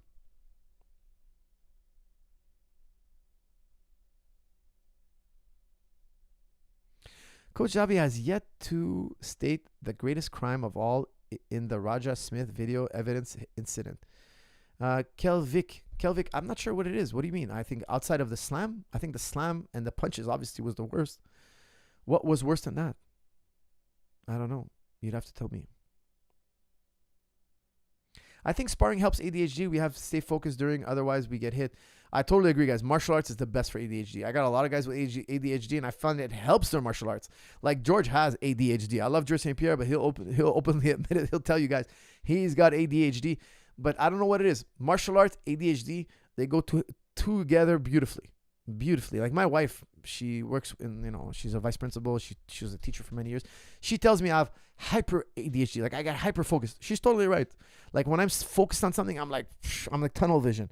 And it's painful for somebody to break my attention. Like I feel pain. Oh, it's painful. Why'd you break my, but martial arts is great.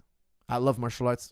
I find like I'm having a really pleasurable experience because like I'm focused, And I think martial arts and ADHD, I don't know what it is, man, but it's a beautiful mix because the ADHD helps you get really good at martial arts, I find. Food is number one priority, even above exercise sometimes. That's from Gone. I totally agree with you. Food is number one. Food is number one. I love fast food and junk food, but I feel like a crackhead on the shit nowadays. That's from Gone. Get off it, man. Only eat junk food once in a while. 90% of your food should be healthy foods. Search Arab Power Montreal. It's crazy what happened, brother. I will look it up, but I just really not something I want to be associated with or involved in. So I feel like we gotta separate the two. I missed by super chat. No, I think I did it. It's only $2. Ponder, I think I got it. Did I go? I went all the way back. I hope I got it. Guys, give me something fun to end this up on.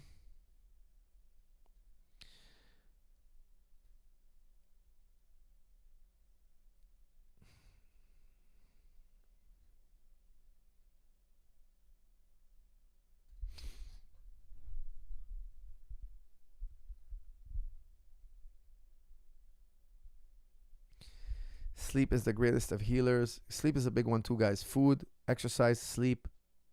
Super huge. Sleep is huge, guys. If you don't sleep, you can't function.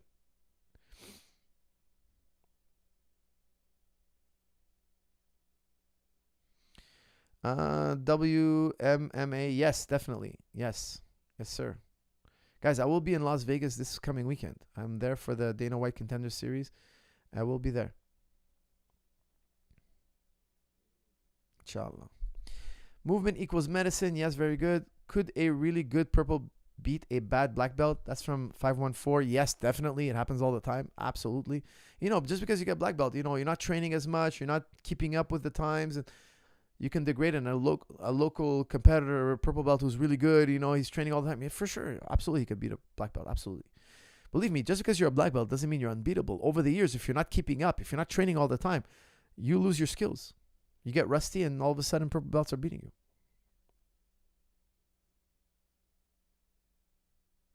All right, guys, let's end it on something funny. I like to end my live streams on something funny.